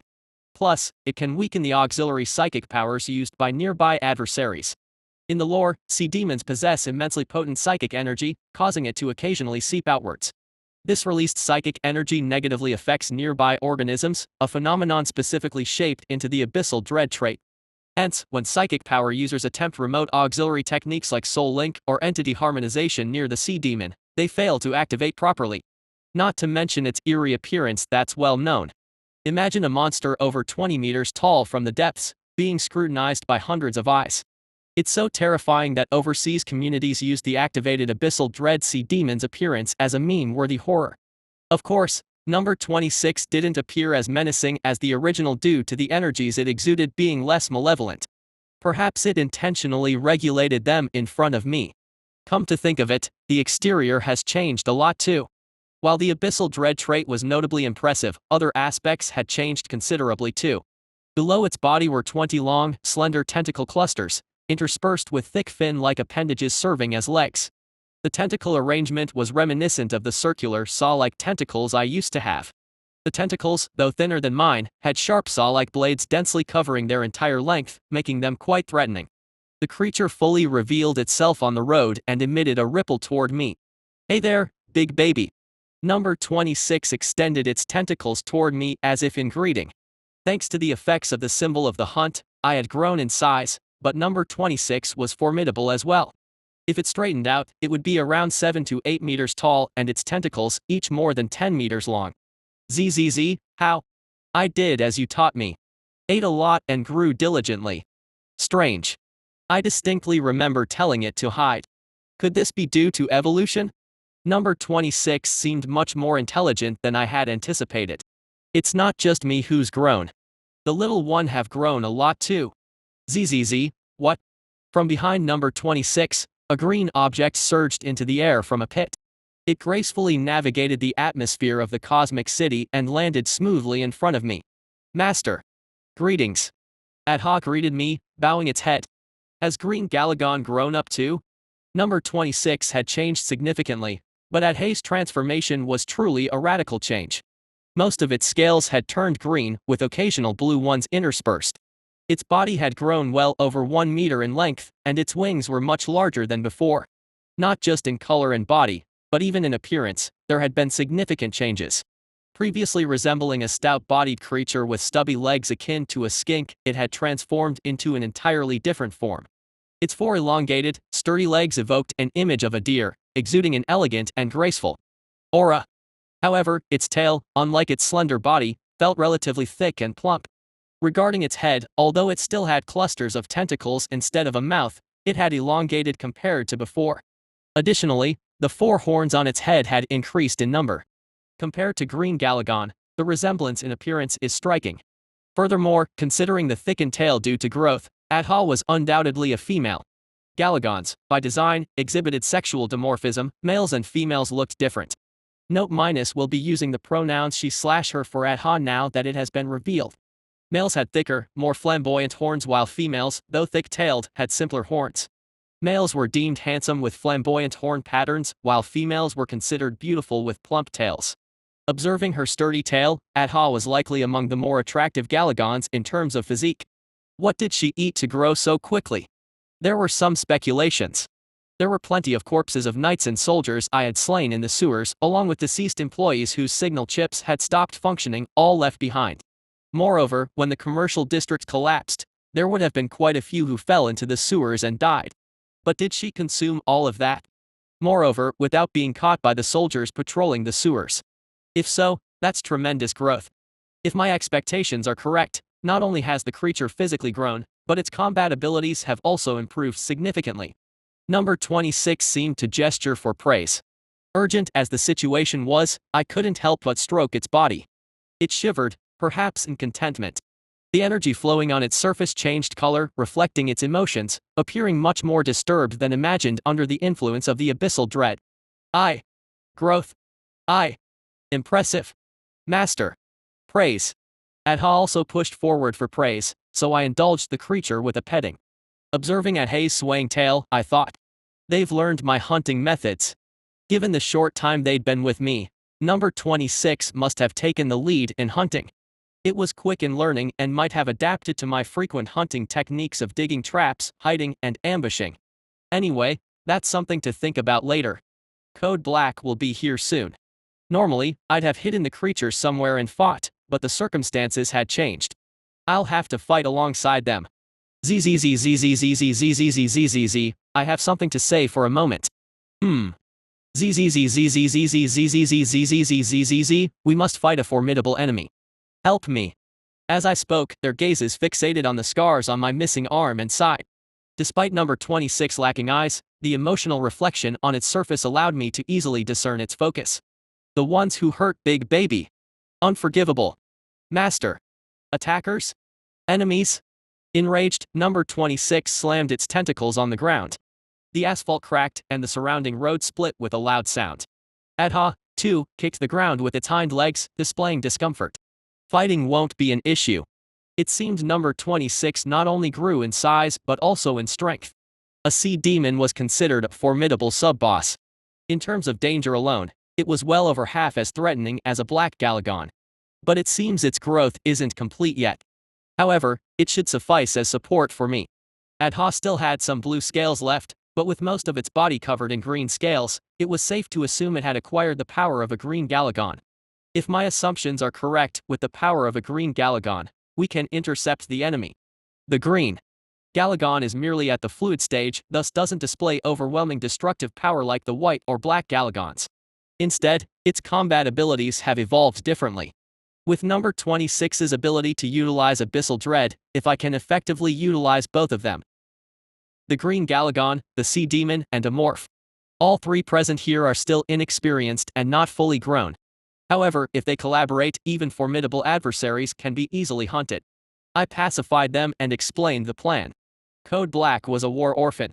In Megacorp, orphans were the bottom of the unriskable pit, representing the society's darkest side.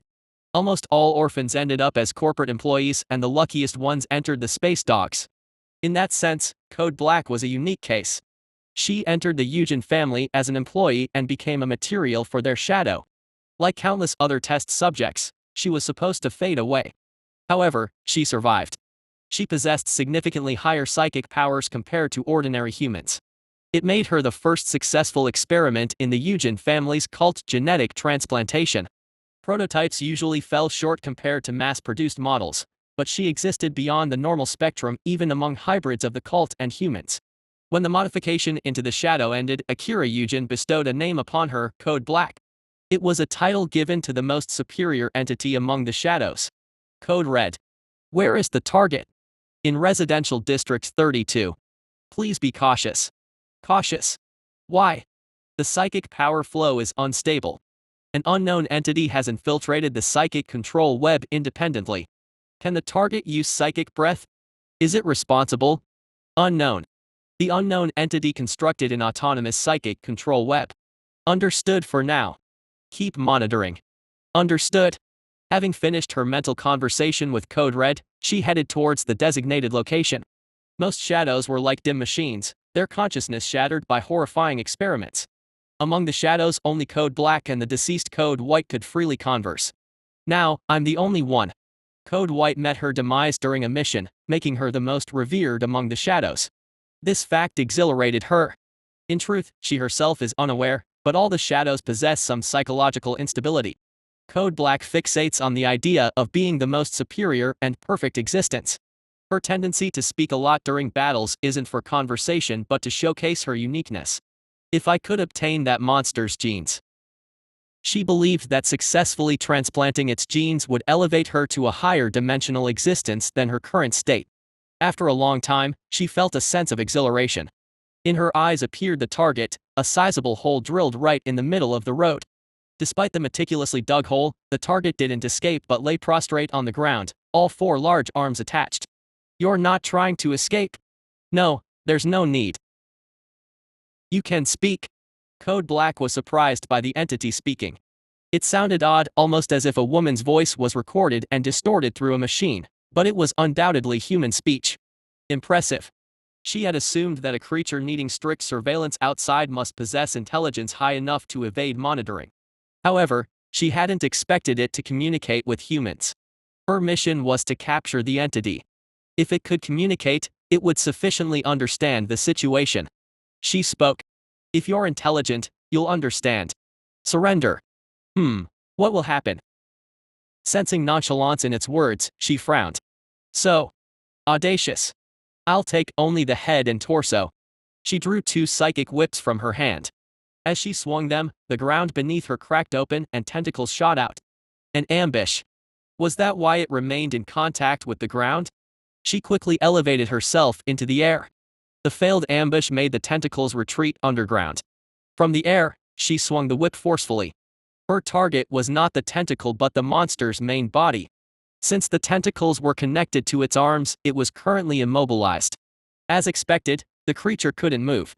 As a purple serpent lunged to bite into the monster's body, it twisted its head, blocking the whip's trajectory with its thick head armor. The pure psychic-powered whip collided with the thick head armor, generating intense sparks. As expected, she realized that the armor-like shields on the head and wrists of the monster's body were the toughest parts. I need to aim elsewhere.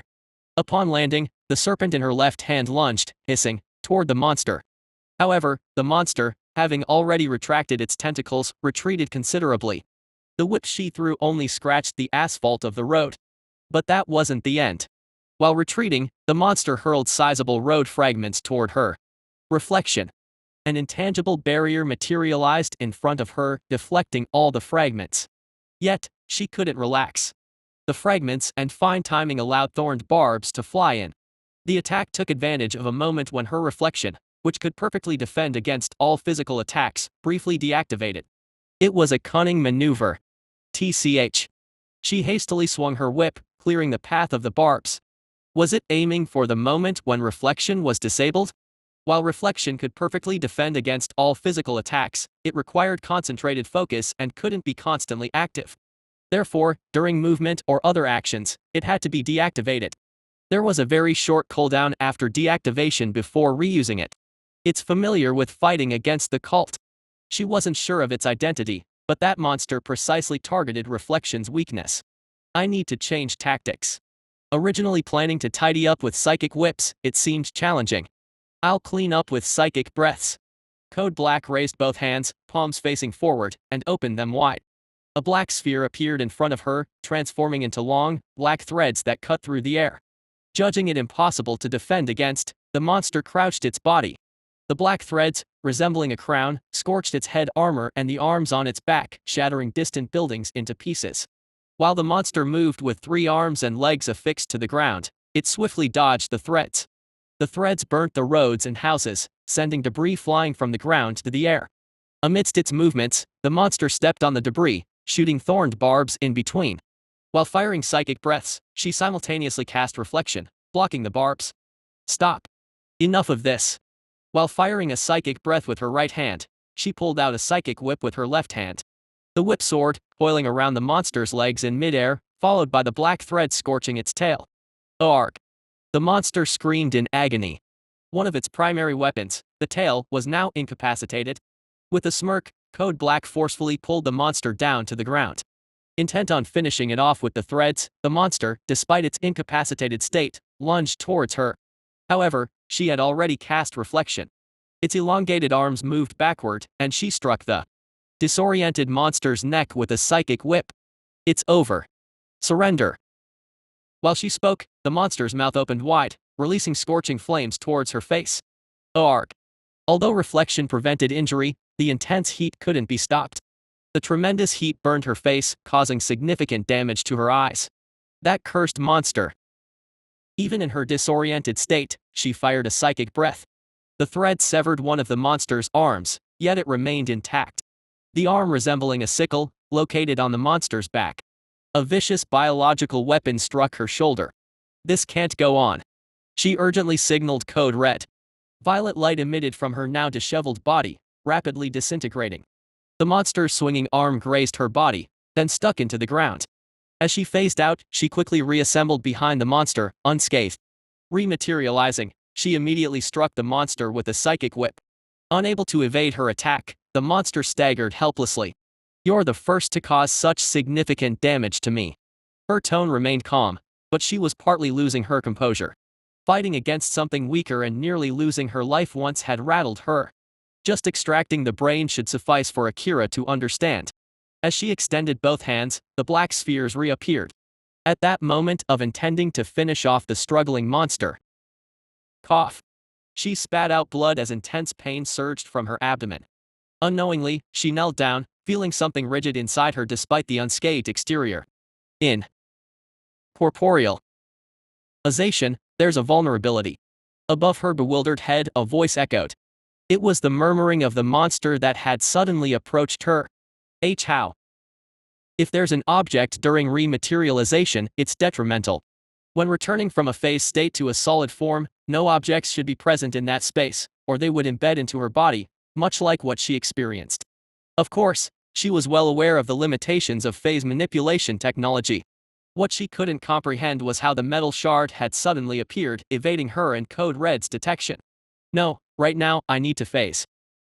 She quickly signaled Code Red again, requesting to rephase and create distance from the monster. However, the response deviated from her expectations. Under attack by an unknown enemy. Currently focusing on defense. Unable to phase. What? An unknown enemy? Her gaze darted back to the hole that had been dug on the road earlier. A few strands of violet glowing tentacles extended from the hole, gently swaying outside. Psychic powers. It dawned on her. Code Red had mentioned someone infiltrating their surveillance network using psychic powers. They had constructed an independent psychic control web, making it impossible to determine their precise state. Back then, she thought the target used psychic powers to evade surveillance. But it wasn't just one adversary. We are not alone. Before she could fully process, the monster's arm swung, targeting her neck. Chapter 87. The moment Code Black initiated combat with the target, there was a girl in a red dress on the 50th floor's aerial observatory of Monument. Despite her slender arms, legs, and petite face, anyone who saw her eyes would be terrified. Psychic control web adjusting. Because her eyes resembled those of a chameleon rather than human eyes. Her eyes moved incessantly, scanning the administrative cityscape below. This peculiar-looking girl was none other than Code Red, one of the secret weapons of the Hijacking family. Above her head, a distinct violet halo floated. If anyone capable of detecting psychic power were present, they would have undoubtedly seen the thin psychic power threads extending from her, forming a web with a radius of kilometer. Code Red lacked the potential to receive genetic traits from Galagon like Code Black, performing joint operations, or Code White, who had already died. Instead, she received genetic modifications related to combat assistance to support other shadows. One of these modifications was the angel spider. It was a carnivorous animal that inhabited jungle planets and had the ability to create psychic power threads. Creatures caught in the psychic web spread by the angel spider would be controlled by the spider and become prey without resistance. Unlike the original, Code Red didn't have the ability to control other creatures. Instead, she gained the ability to detect and control the flow of psychic powers in vast areas beyond even a spider's capacity. Thanks to this skill, known as the Psychic Control Web, Code Red took on the role of supporting other shadows from the rear. Her usual task was to continuously relay information about the target to Code Black, but not this time. Someone had disrupted the extensive control web she had unfolded. I detect psychic powers as strong as mine. Unable to detect the target. It was like someone throwing a stone at a spider's web. Even if the web was damaged by the stone, the spider couldn't tell who did it or how to prevent it. She found herself in a situation akin to being the owner of a ruined spider web. The only relief was that her opponent didn't seem as adept at manipulating psychic powers as she was. If it were her, she might have attempted to reverse control of the web, but her opponent didn't try to wrest control from her. Focus on restoration first. Anything else, if the spiritual synchronization linked to Black was severed, would be catastrophic. She focused on restoring the control web while keeping an eye on Black. But then, something new entered her detection zone. Her gaze turned towards the black sky. In the artificially created darkness, a green shining star appeared. A star? She recognized the identity of the green spacecraft well. With large wings, a nimble body, 4 horns, and a tail, the presence was a green Galagon. Emerging from an unknown place, the green Galagon was rapidly flying towards the monument. Enemy approach detected. Engaging interception. Intuitively identifying green Galagon as an adversary, Red ceased spiritual synchronization and responded accordingly. She reached for the elongated rifle and sniper coil gun she had placed nearby. Loading tungsten rounds filled with condensed plasma, she aimed the coil gun into the air and fired. Oddly, the projectiles autonomously changed trajectory, heading toward the target as she manipulated their path using the psychic control web. As the green Galagon approached in the sky, the plasma rounds detonated. Target eliminated. Thinking she had taken down the target, green light burst from the smoke cloud caused by the explosion. Disregarding the plasma burst, the entity swiftly closed the distance towards her. Re-engaging fire. Confirming the target's survival, Red continuously fired the coil gun. The sight of dozens of oval-shaped projectiles soaring from the muzzle in silver seemed like a reversed playback of a meteor shower. She had believed her shots would eliminate the entity, but reality diverged from her expectations. What? Rarely showing emotions due to erosion, she expressed astonishment. The green entity had skillfully evaded the plasma explosion, showcasing remarkable aerial maneuverability. Despite intentionally surrounding the target with projectiles from all directions to pressure it, the green Galagon escaped through a gap using aerial acrobatics. As the green deathlight, taking away all life, embroidered the night sky successively, chaos erupted within the monument. Red knew her actions were reckless at this moment, but she deemed the adversary, displaying incredible aerial skills, to be more dangerous. Akira's imminent threat. Code Black engaged in combat, while Code Blue guarded Akira Yujin. She was the only one capable of defending this place. Yet, despite Red's aggressive counterfire, the green Galagon not only distanced itself from the monument but rapidly closed the gap. Re-engage until target elimination is confirmed. The black skies of the monument lit up with an untimely fireworks display. She was born when the white meteor shower adorned the gown of the goddess of the night. Born as the youngest of the esteemed Odd Grad group, she was given the name Adha, meaning the daughter of a shining star. The occurrence of a special celestial phenomenon among the Galagon is rare, and she bore the expectations of the Odd Grad group on her shoulders. However, it didn't take long for those expectations to turn into disappointment. She was born with a cursed physique, unlike her kin.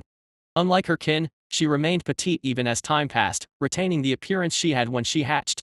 The weak individuals had no place among the Odd Grad group, and she, with little potential for strength, was expelled from the nest. Living her entire life in the nest and being physically weak, surviving in the harsh wilderness seemed almost impossible for her. After her expulsion, she slowly succumbed to starvation. If oddly shaped dwarfs hadn't appeared, she would have undoubtedly died. These dwarves were rogue thieves who appeared to steal the eggs of her kin. They raided the nest, discovered her, and took her to the dwarves' den. The dwarves used strange daggers, claws, or whatever they were, to stab her, and then they put her in a cold lump of ice. Her memories after that were faint. When she woke up, a creature was in front of her. Being keen because of her weak presence among her kin, she could tell what kind of creature it was as soon as she saw it. It emitted a scent similar to her kin but was different.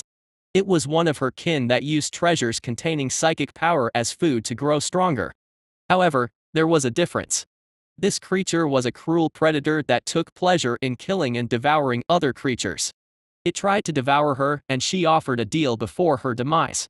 She would give the treasure of the nest in exchange for her protection.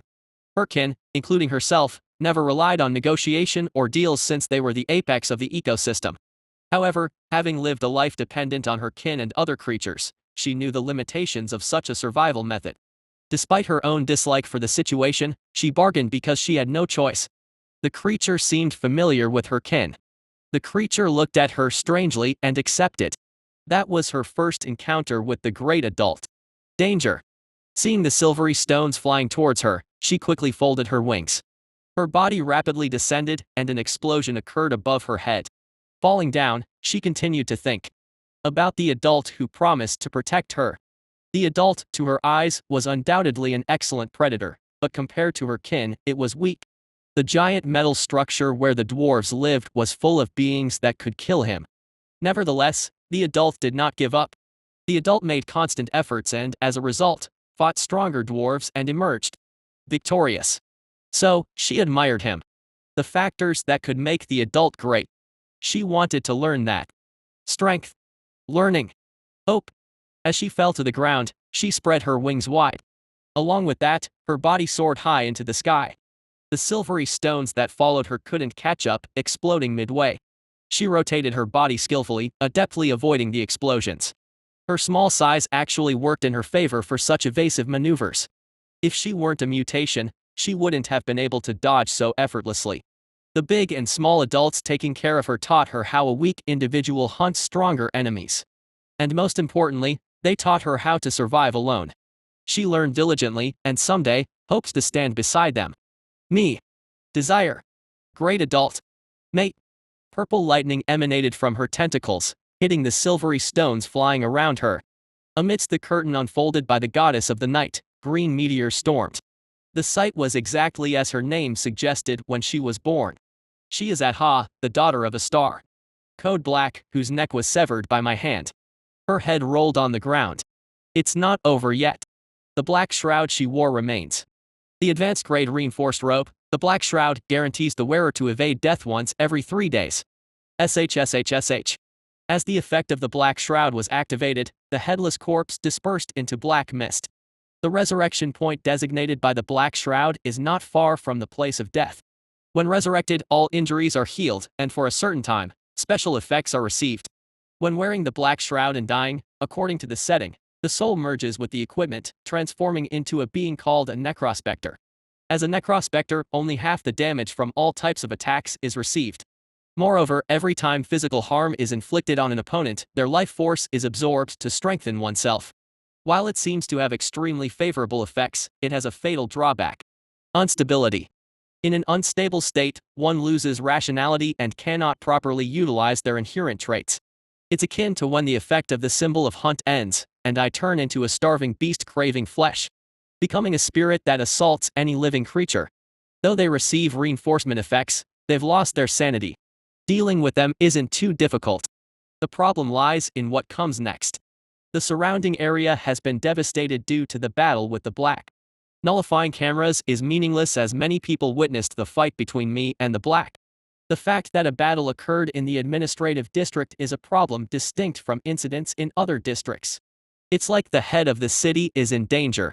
If the monument's higher-ups get to know that such an important place is in danger, they will undoubtedly mobilize the defense fleet. This includes not only ground forces but also the small-scale orbital ships. Moreover, my time is running out. In about 3 minutes, the effect of the symbol of the hunt will end, and then I will turn into dust from the plasma shot by the battleship. Of course, I took countermeasures against that. Since I sent Atha to the monument, Adha went to Monument to confront Code Red. To teleport through spiritual tuning, you need to be in a location where you can monitor the battlefield in real time. The only place where that's possible is the tallest building in the administrative district, the Monument. Most likely, Code Red, like Black, also has the ability to see distant objects. Self-defense mechanisms would be related to that. Spiritual tuning. Long-range detection capabilities. These are all technologies useful for fighting at a distance. Therefore, the defense of Code Red is likely to be a long-range attack weapon, such as a gun. Adha is the perfect counter to Code Red. The Green Galagon specialized in hit-and-run tactics based on speed.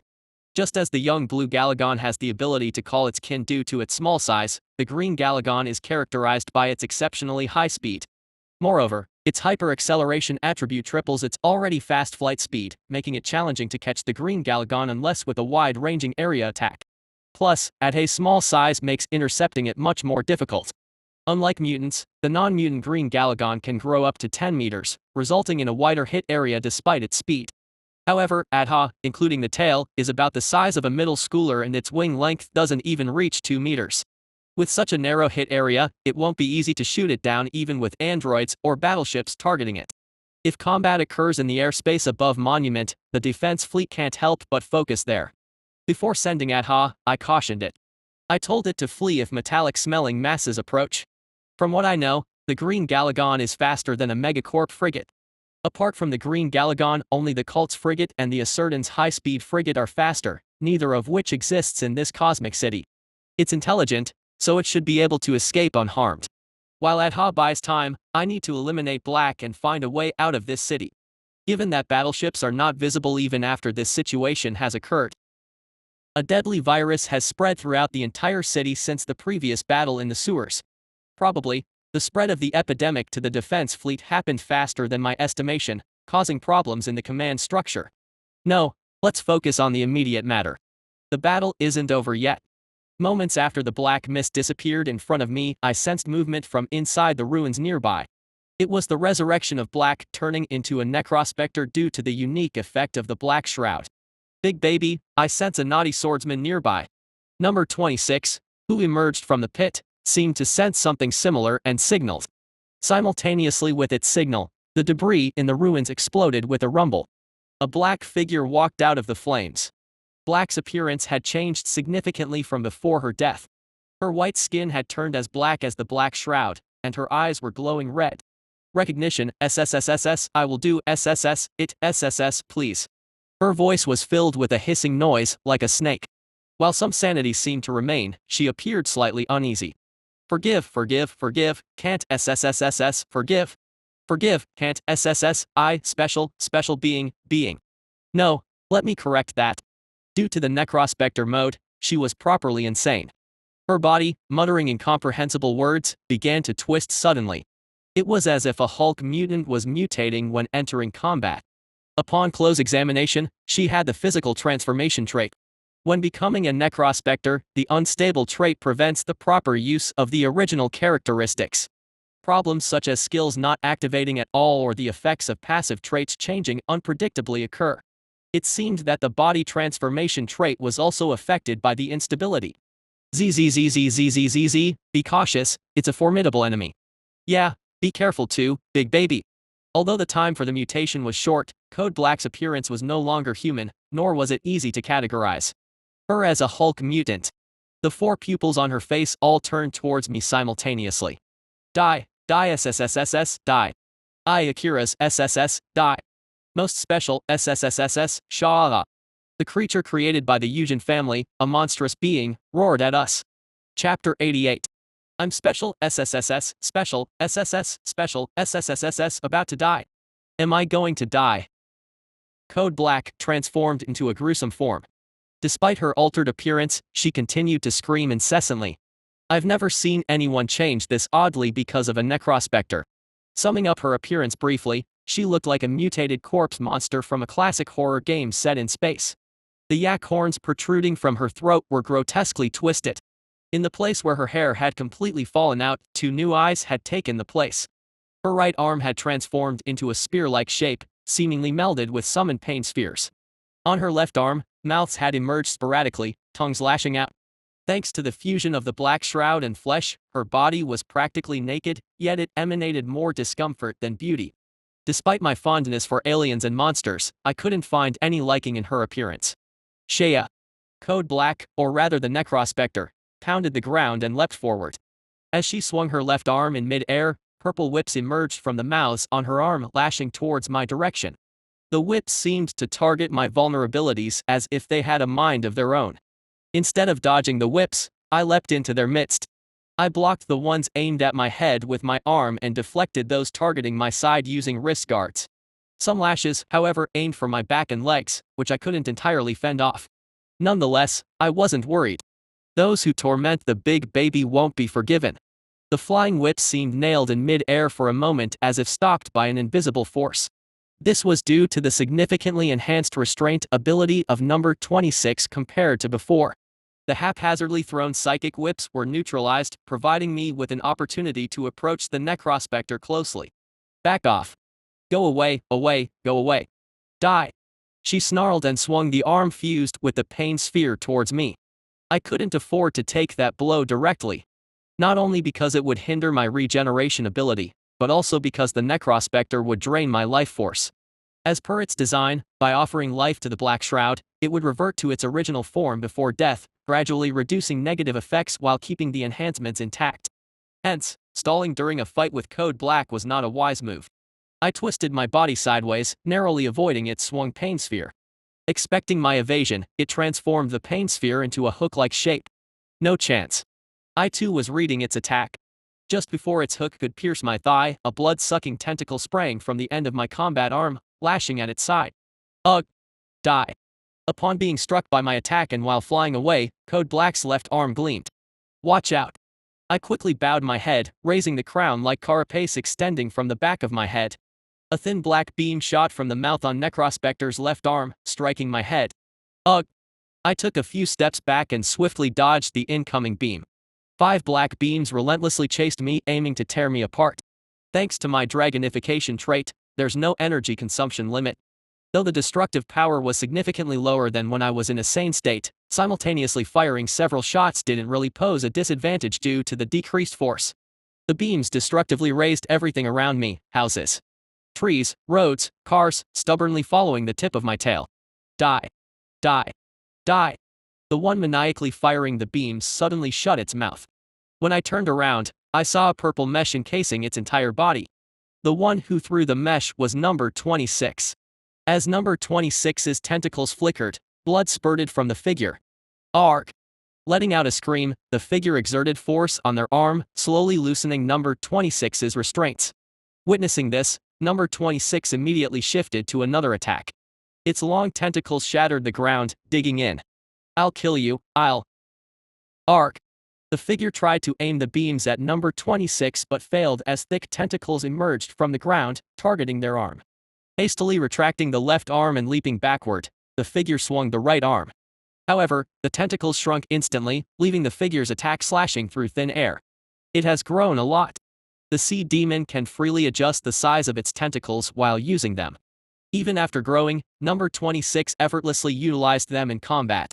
Amid their battle, I swiftly closed the distance with the Necrospectre. As the figure landed on the ground, I took a deep breath. With the exhalation, a long jet of flame engulfed the figure's face. Arg! Although Code Black only received half damage from all attack types, she didn't nullify the pain. Writhing in flames, she grabbed its head. That scorching pain must be intense. Amidst the agony, all 4 of the figure's eyes focused on the flames. Reflex activated, reflecting the fire, spreading it around both of us. Taking advantage of its focus on the fire, I attempted to stab the figure's shoulder with the bone blade attached to my back.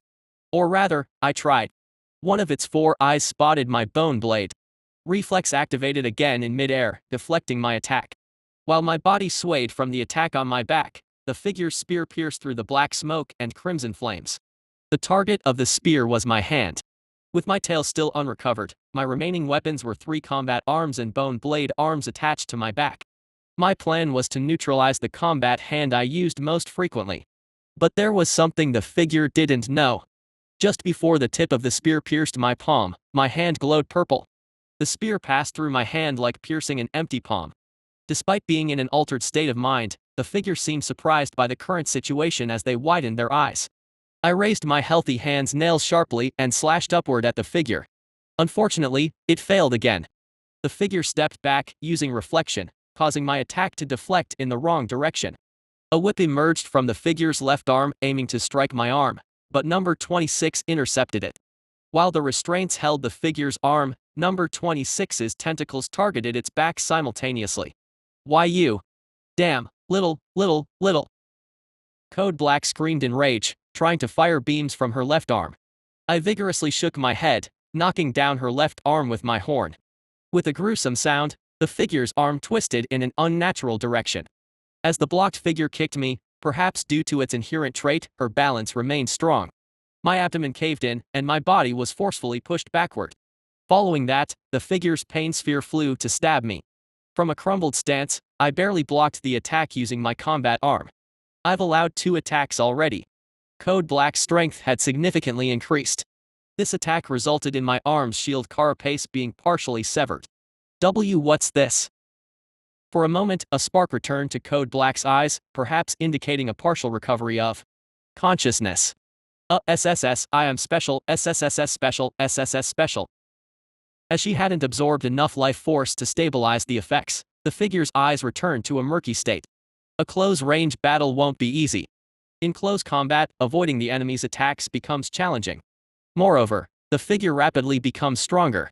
However, fully relying on number 26 is not feasible. It lacks effective means to strike Code Black. The method of breaking necks in a human fight doesn't apply here. Unless number 26 has fully matured, it's currently lacking in strength. The serrated tentacles are a double-edged sword. They can injure the necrospecter, but if used against it, it could cause significant damage to number 26. Additionally, number 26 lacks the durable exterior I possess, making it vulnerable to Code Black's light attacks. I need to change tactics. Initially, my plan was to neutralize the most threatening weapon, the left arm. But considering the situation, it didn't seem easy. Even without rationality, the figure was keenly aware of its weaknesses. I don't have any more time. Let's stake everything on this attack. Now die. Die. The figure rushed at me, baring its teeth like a rabid dog. It swung spear aimed to strike me down with a hooked motion. Due to its increased speed, I narrowly evaded the figure's attack. As I kicked the anchored spear, destabilizing the figure, I glanced at number 26, who emitted a brief flash upon feeling my gaze. It meant it would follow any plan. Good. I rolled backwards, and as Code Black's anchored spear failed to connect, she clicked its tongue in frustration. Even though she seemed more rational than before, I remained unperturbed. She raised its left arm to fire beams at me from a distance. Simultaneously, the ground behind the figure split open and tentacles emerged. Number 26's tentacles entwined around Code Black's left arm. Despite her attempt to repel the tentacles with reflection, at that moment, shards of rebar beneath the destroyed road flew into her eyes. Arc. Originally intended to penetrate, the attack was limited to stabbing the Code Black's eyes due to its resistance. Shea. Struck in a vulnerable spot, she made an indiscernible sound and tore off the tentacles with its right arm. The pain resonated through number 26 as if even felt by its tentacles. It's fine. Doesn't hurt at all. The creature exclaimed and, giving force to its tentacles, threw me high into the sky. The direction number 26 hurled me towards was above the figure's head. While flying towards the destination, I adjusted my aim to target the figure's forehead. And then, I unleashed the prepared psychic breath from above the figure. What? Judging the danger, the figure hastily tried to move backward. No way. With all its might, number 26's restraints hindered the figure's movement. It was a very short period, yet enough time for the psychic breath to reach the figure. The figure looked at number 26 with disbelief, but it was already too late. The dragon's flames ruthlessly engulfed the necrospecter's body. Faster than expected. Code Red, engaged in anti-aircraft shooting against airborne enemies, involuntarily sweated. She fired tungsten-tipped plasma shots from her coil gun. In this darkness, these shots were undoubtedly substantial compared to regular bullets, although it wasn't easy to see them clearly. Thanks to her psychokinesis control web, she could detect and manipulate bullets fired from the coil gun, but her enemies couldn't. The night in the Cosmic City, although artificially illuminated, was relatively bright compared to the greenish Galagon, making it not at all easy to dodge each bullet. Code Red had experience fighting Galagon alongside other shadows. However, there was no existence as swift and fearsome as the green demon she faced now. Support needed. She had already attempted multiple spiritual harmonizations to forcibly summon Black. But all attempts failed. There was only one truth indicated: Black had entered Necrospectre mode. Click. The coilgun flashed red, indicating the remaining ammunition was low, a situation apparent even to an ordinary person without abilities. The unfavorable circumstance stirred emotions within her: fear of defeat. Urgent retreat. She tossed the useless coilgun away and focused her mind. It was to release the spiritual harmonization with Black and summon her comrade, Code Blue. Originally an absolute no-go action, but currently, she wasn't in her right mind due to the fear of death, something she hadn't experienced in a long time. A green meteor rapidly approached, the violet halo glowing from her head. Still time. Just a while ago, she calculated the moving speed of the green Galargan during their fight. At the figure speed, Code Blue couldn't reach her before the green Galargan did. She thought so, but there was one thing she overlooked. The green Galargan hadn't yet exerted its full speed. The figure's wings glowed intensely green, significantly accelerating its speed. With the increased speed, a shockwave erupted behind the accelerating figure. A deafening roar tore through the air, causing all windows on the monument's outer wall to tremble. The figure, narrowing the distance at a rapid pace, suddenly snapped its wings backward. As the speed dramatically decreased, the figure's velocity resembled that of a comet. Windows on the 50th floor where the observation deck was situated shattered due to the shockwave, and chairs inside the observation deck tumbled chaotically. Miscalculation. Code Red closed her eyes as she glimpsed the violet irises of the figure, which had reached dangerously close. Even after devastating her body to pieces in the observation deck and passing through the entire floor, the green Galargan, coincidentally or not, spread its wings again in the monument's airspace. At a distance, another blaze of dragonfire blazed fiercely. Chapter 89. The Port District of the T&C Special Trade Center. As the blast doors parted, a spacecraft smoothly glided into Earth's atmosphere. Marked on the spacecraft's surface was the M bias strip, the symbol of the Hijacking family. As the spacecraft's doors opened, crew members carrying metal hard cases swiftly descended. "We're short on time. Hurry up and prepare." "Yes, sir." Min Suk. Commanding his subordinates was Min Suk Yujin, a Huangjin man. He once served Youngwoo Yujin and currently was serving Jada, the butler of Si Hyun Yujin. The underlings serving Si Hyun moved tirelessly according to Min Seok's orders. They opened the hard cases and began assembling the components inside. "Miss." While the subordinates commenced their work, Min Suk bowed his head upon seeing the last woman to descend. She, dressed in a white bodysuit, was none other than the owner of those present, Si Hyun Yujin. "If the task is completed within 5 minutes, we'll depart immediately." Si Hyun remained silent, surveying her surroundings. Something's off. The port district swarmed with ships like warships, vessels visiting the city for the council, yet scarcely any people were visible. Even the occasional android seemed out of the ordinary. Seeing androids with 3 arms, clearly combat models, performing tasks that ordinary laborers should handle hinted at a significant incident unknown to her. If there's a shortage of people, it's either due to a massive incident causing staggering casualties or an unidentified epidemic spreading. Before arriving here, she learned through the media about the reprehensible acts committed by the Eden Knights. Given her own background as a shadow, she knew well that the Eden Knights' Silver Lion Knights consisted of genetically modified humans. While powerful, they wouldn't have decimated the population of this space city to such an extent. Their numbers were insufficient to overwhelm the ground forces of the defense fleet. Moreover, there was no mention in the media of large-scale killings. As the Zhao family had connections with Eden, if the Eden Knights had committed mass civilian killings, they couldn't simply ignore it. In that case, there was only one answer. Pass on the message to everyone. Activate reinforced suits and wear masks. Excuse me. There's an epidemic spreading. From the lack of reaction of the white maidens present, it seemed this wasn't an airborne disease. Those present here were slated for necessary contact with specific individuals for their mission. So, if they wanted to avoid infection, they needed to prepare here in advance. At Min Seok's command, the underlings in the midst of their tasks activated their reinforced suits and donned masks. Could another faction be behind the chaos? There were suspicions, although none were decisive as all the factions had a distance from terrorists employing biological weapons. Akira Yujin is still here. The Eugen family, being experts in genetic manipulation and biotechnology, had experience with biochemical weapons using viruses. If the head of such a family was unaware of an epidemic spreading in the city, then this virus wasn't ordinarily hazardous. Or perhaps they're aware and choosing to stay silent.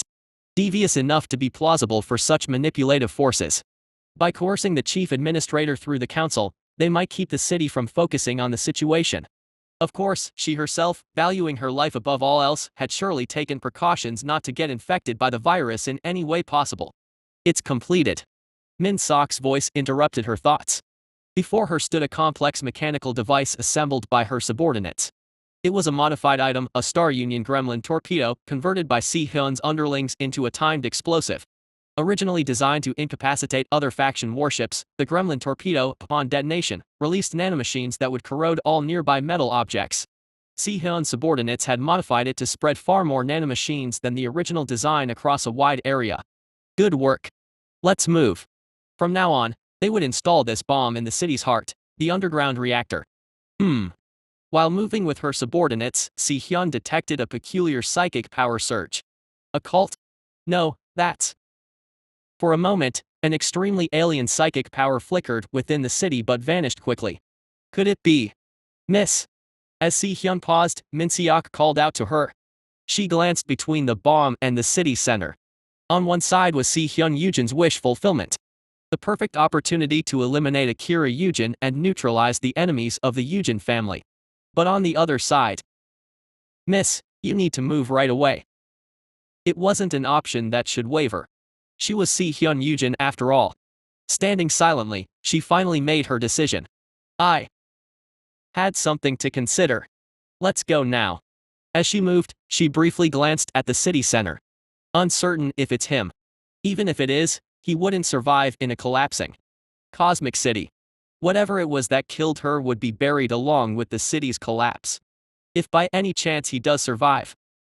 At that moment, she would sever the chains binding herself. Using psychic breath twice in quick succession, I barely regained my fading consciousness. Despite the tremendous force resembling the White Galant's blast, the Necrospectre didn't fall. SSS, I am the greatest. SSS. With its outer skin torn apart, revealing only bones and muscles, Code Black staggered a few steps before collapsing. Her heartbeat slowed down, gradually coming to a halt. The black shroud enveloping her body returned to its black robe-like appearance. Phew. Focusing on the auxiliary systems, only after confirming its demise did I finally feel relief. She was a formidable foe. If I had been alone, I wouldn't have stood a chance. Number 26 became a significant strength. Additionally, Adha, who went to confront Code Red in my place, did her role perfectly. I glanced at number 26. It remained cautious, perhaps anticipating the resurrected Black from its dead body. Sensing my gaze, it shot a concerned wave at me, asking if I was okay. I'm fine. How about you? As always, it was worried about me more than itself. I intended to thank it with a wave, but I felt a change in my body. The symbol of the hunt is over. Mixed feelings of relief that the hunt ended before killing the Black and regret for not being able to consume the corpse coexisted. Still, gaining even one of Code Black's genes would be beneficial. My thoughts couldn't proceed further. A tremendously intense instinct completely dominated my mind. What is this? An appetite so fierce that it drove me utterly insane surged through my brain. Though I'd experienced this several times and considered myself familiar, this time was different. Could the fatigue and side effects from the psychic breath? Suddenly, everything seemed pointless. I was just hungry. Big baby. Hurry, eat. Someone said next to me, but I couldn't quite make it out. It felt strange, but the voice emitted a smell that stimulated my hunger. And without betraying my expectations, a fragrant piece of meat appeared before me. I swallowed the piece of meat in one gulp. Not enough. Text boxes popped up before my eyes, saying something I couldn't comprehend. But more than that, I was hungry. Why did I have to starve like this? If you need it, seize it. It was a saying I'd always heard since I was young. If you need something, take it. That's the life of a winner. Right there. A chirping voice. If I eat that, this dreadful hunger might subside. Just as I thought that, food appeared in front of me again. The smell was odd compared to the food from earlier. It was so unappealing despite my hunger. Just shut up and eat. Suddenly, childhood memories flooded my mind. If I don't eat now, I might not have a chance later. I have to eat it no matter what. I reluctantly forced myself to eat the tasteless food. My stomach felt a bit full, making my mind waver. Eat it all now. No, what am I saying? No, not enough yet. Wait a minute. Can't wait. A delightful scent is wafting through. No, hold on. For some reason, I felt the delicacy had thorns. I shouldn't eat that delicacy. No, I should eat it. If I do, I can obtain what I desire. I shouldn't eat it. There's no time to wait. I pounced on the delicacy. An incredibly appetizing fragrance tickled my auxiliary systems. What thorns? Of course, there were no thorns. The shouting from it made my head itch. No, what?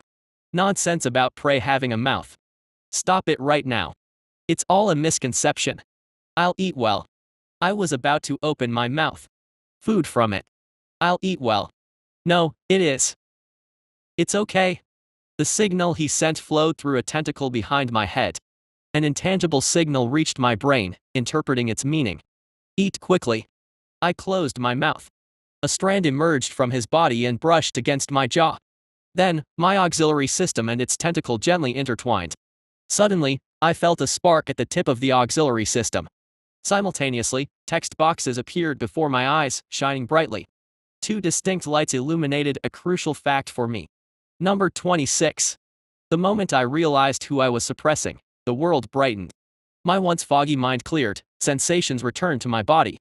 Despite the itching of my skin due to hunger, it wasn't as severe as before, leaving me less ravenous. I released my grip on number 26. What's happening? My recent actions were far beyond my control. Could it be the overlap of exhaustion from psychic breath and the side effects of the symbol of hunt? Psychic breath consumes mental strength to the limit. When I used it during the apartment fight, I lost consciousness. Thanks to the superpower enhancement effect on a full organic entity, I could now use psychic breath twice. Normally, I'd have fainted after using it twice in a row, but due to attributes and type effects, I managed to stay conscious. However, the overlap of exhaustion from psychic breath and the irrationality from the hunting symbol's side effects seem to have synergized negatively, causing severe mental distress, unlike anything I've experienced before. To be precise, it wasn't just mental distress, it was a complete takeover by instinct. Oh my. I shouldn't do this again. The combined effects of the two attributes resulted in something far more severe than I could have imagined. ZZZZZ little one? Was it when I regained consciousness that number 26 called me? I almost instinctively attacked number 26. I immediately apologized to it. I'm fine. Are you okay? Did I hurt you anywhere? ZZZZZZZZZZ I'm sorry, I just lost it. I'm really sorry. You don't have to apologize. As long as the big baby is okay? Although it seemed fine, I carefully examined his body. What I found fortunate was that I didn't attack number 26. If I had attacked it to consume, the situation would have been much worse. Number 26 doesn't have healing abilities like me. Unlike me, if number 26 gets injured, it will take it a long time to heal. If it sustains a fatal injury, that's the end for it. Despite several inspections, apart from the injuries it received from the fight with Code Black, there were no new injuries on its body. Some of its tentacles were bloody, which surprised me, but upon smelling it, I realized it wasn't its blood but the cult members. After Code Black, it must have picked up the cult's corpses around this ruins. He did his best to turn me back. Amidst feeling grateful and an inexplicable emotion, I suddenly remembered numerous text boxes floating in the air. Among them, one particularly shone. Activate humanity. It was the humanity trait I obtained by consuming pirates in the past. A trait I'd considered useless until now played a crucial role when it was critical. I'm not sure what exactly catalyzed it. It must have been when number 26's tentacle touched mine, that's when the trait activated. To replicate the recent situation, I attempted to touch number 26's tentacle again. Little one, there's a small one coming. ZZZ, huh? Number 26 discreetly withdrew its tentacle and pointed at the sky. As I looked there I saw Adha flying in this direction. Oh no. She was followed by several airships in the rear. Chapter 90. The scout ships pursuing Adha amount to a total of 3. Among them, the compact scout ship model Aegis, resembling a 40-meter-long rectangular box, is utilized in Megacorp. Even though it's considered small, it's equipped with a staggering 4 plasma cannons, making any reckless moves unwise. What should I do? The surroundings offer nothing but ruins destroyed by black psychic breath and heat rays, rendering hiding impractical. If we're going to flee, the kids might need to use the underground passage to get here. However, escaping underground in this situation isn't necessarily a good choice. Adha is currently in pursuit. Getting hit by a plasma bullet due to hastily hiding would be disastrous. Moreover, Adha is injured. There's a scent mingled with human blood on the kid's body. If not planning to abandon the kids here, I can't afford more burden than this. To buy some time, is there any means? Come to think of it, when I lost consciousness, number 26 tossed black and cult corpses to feed me.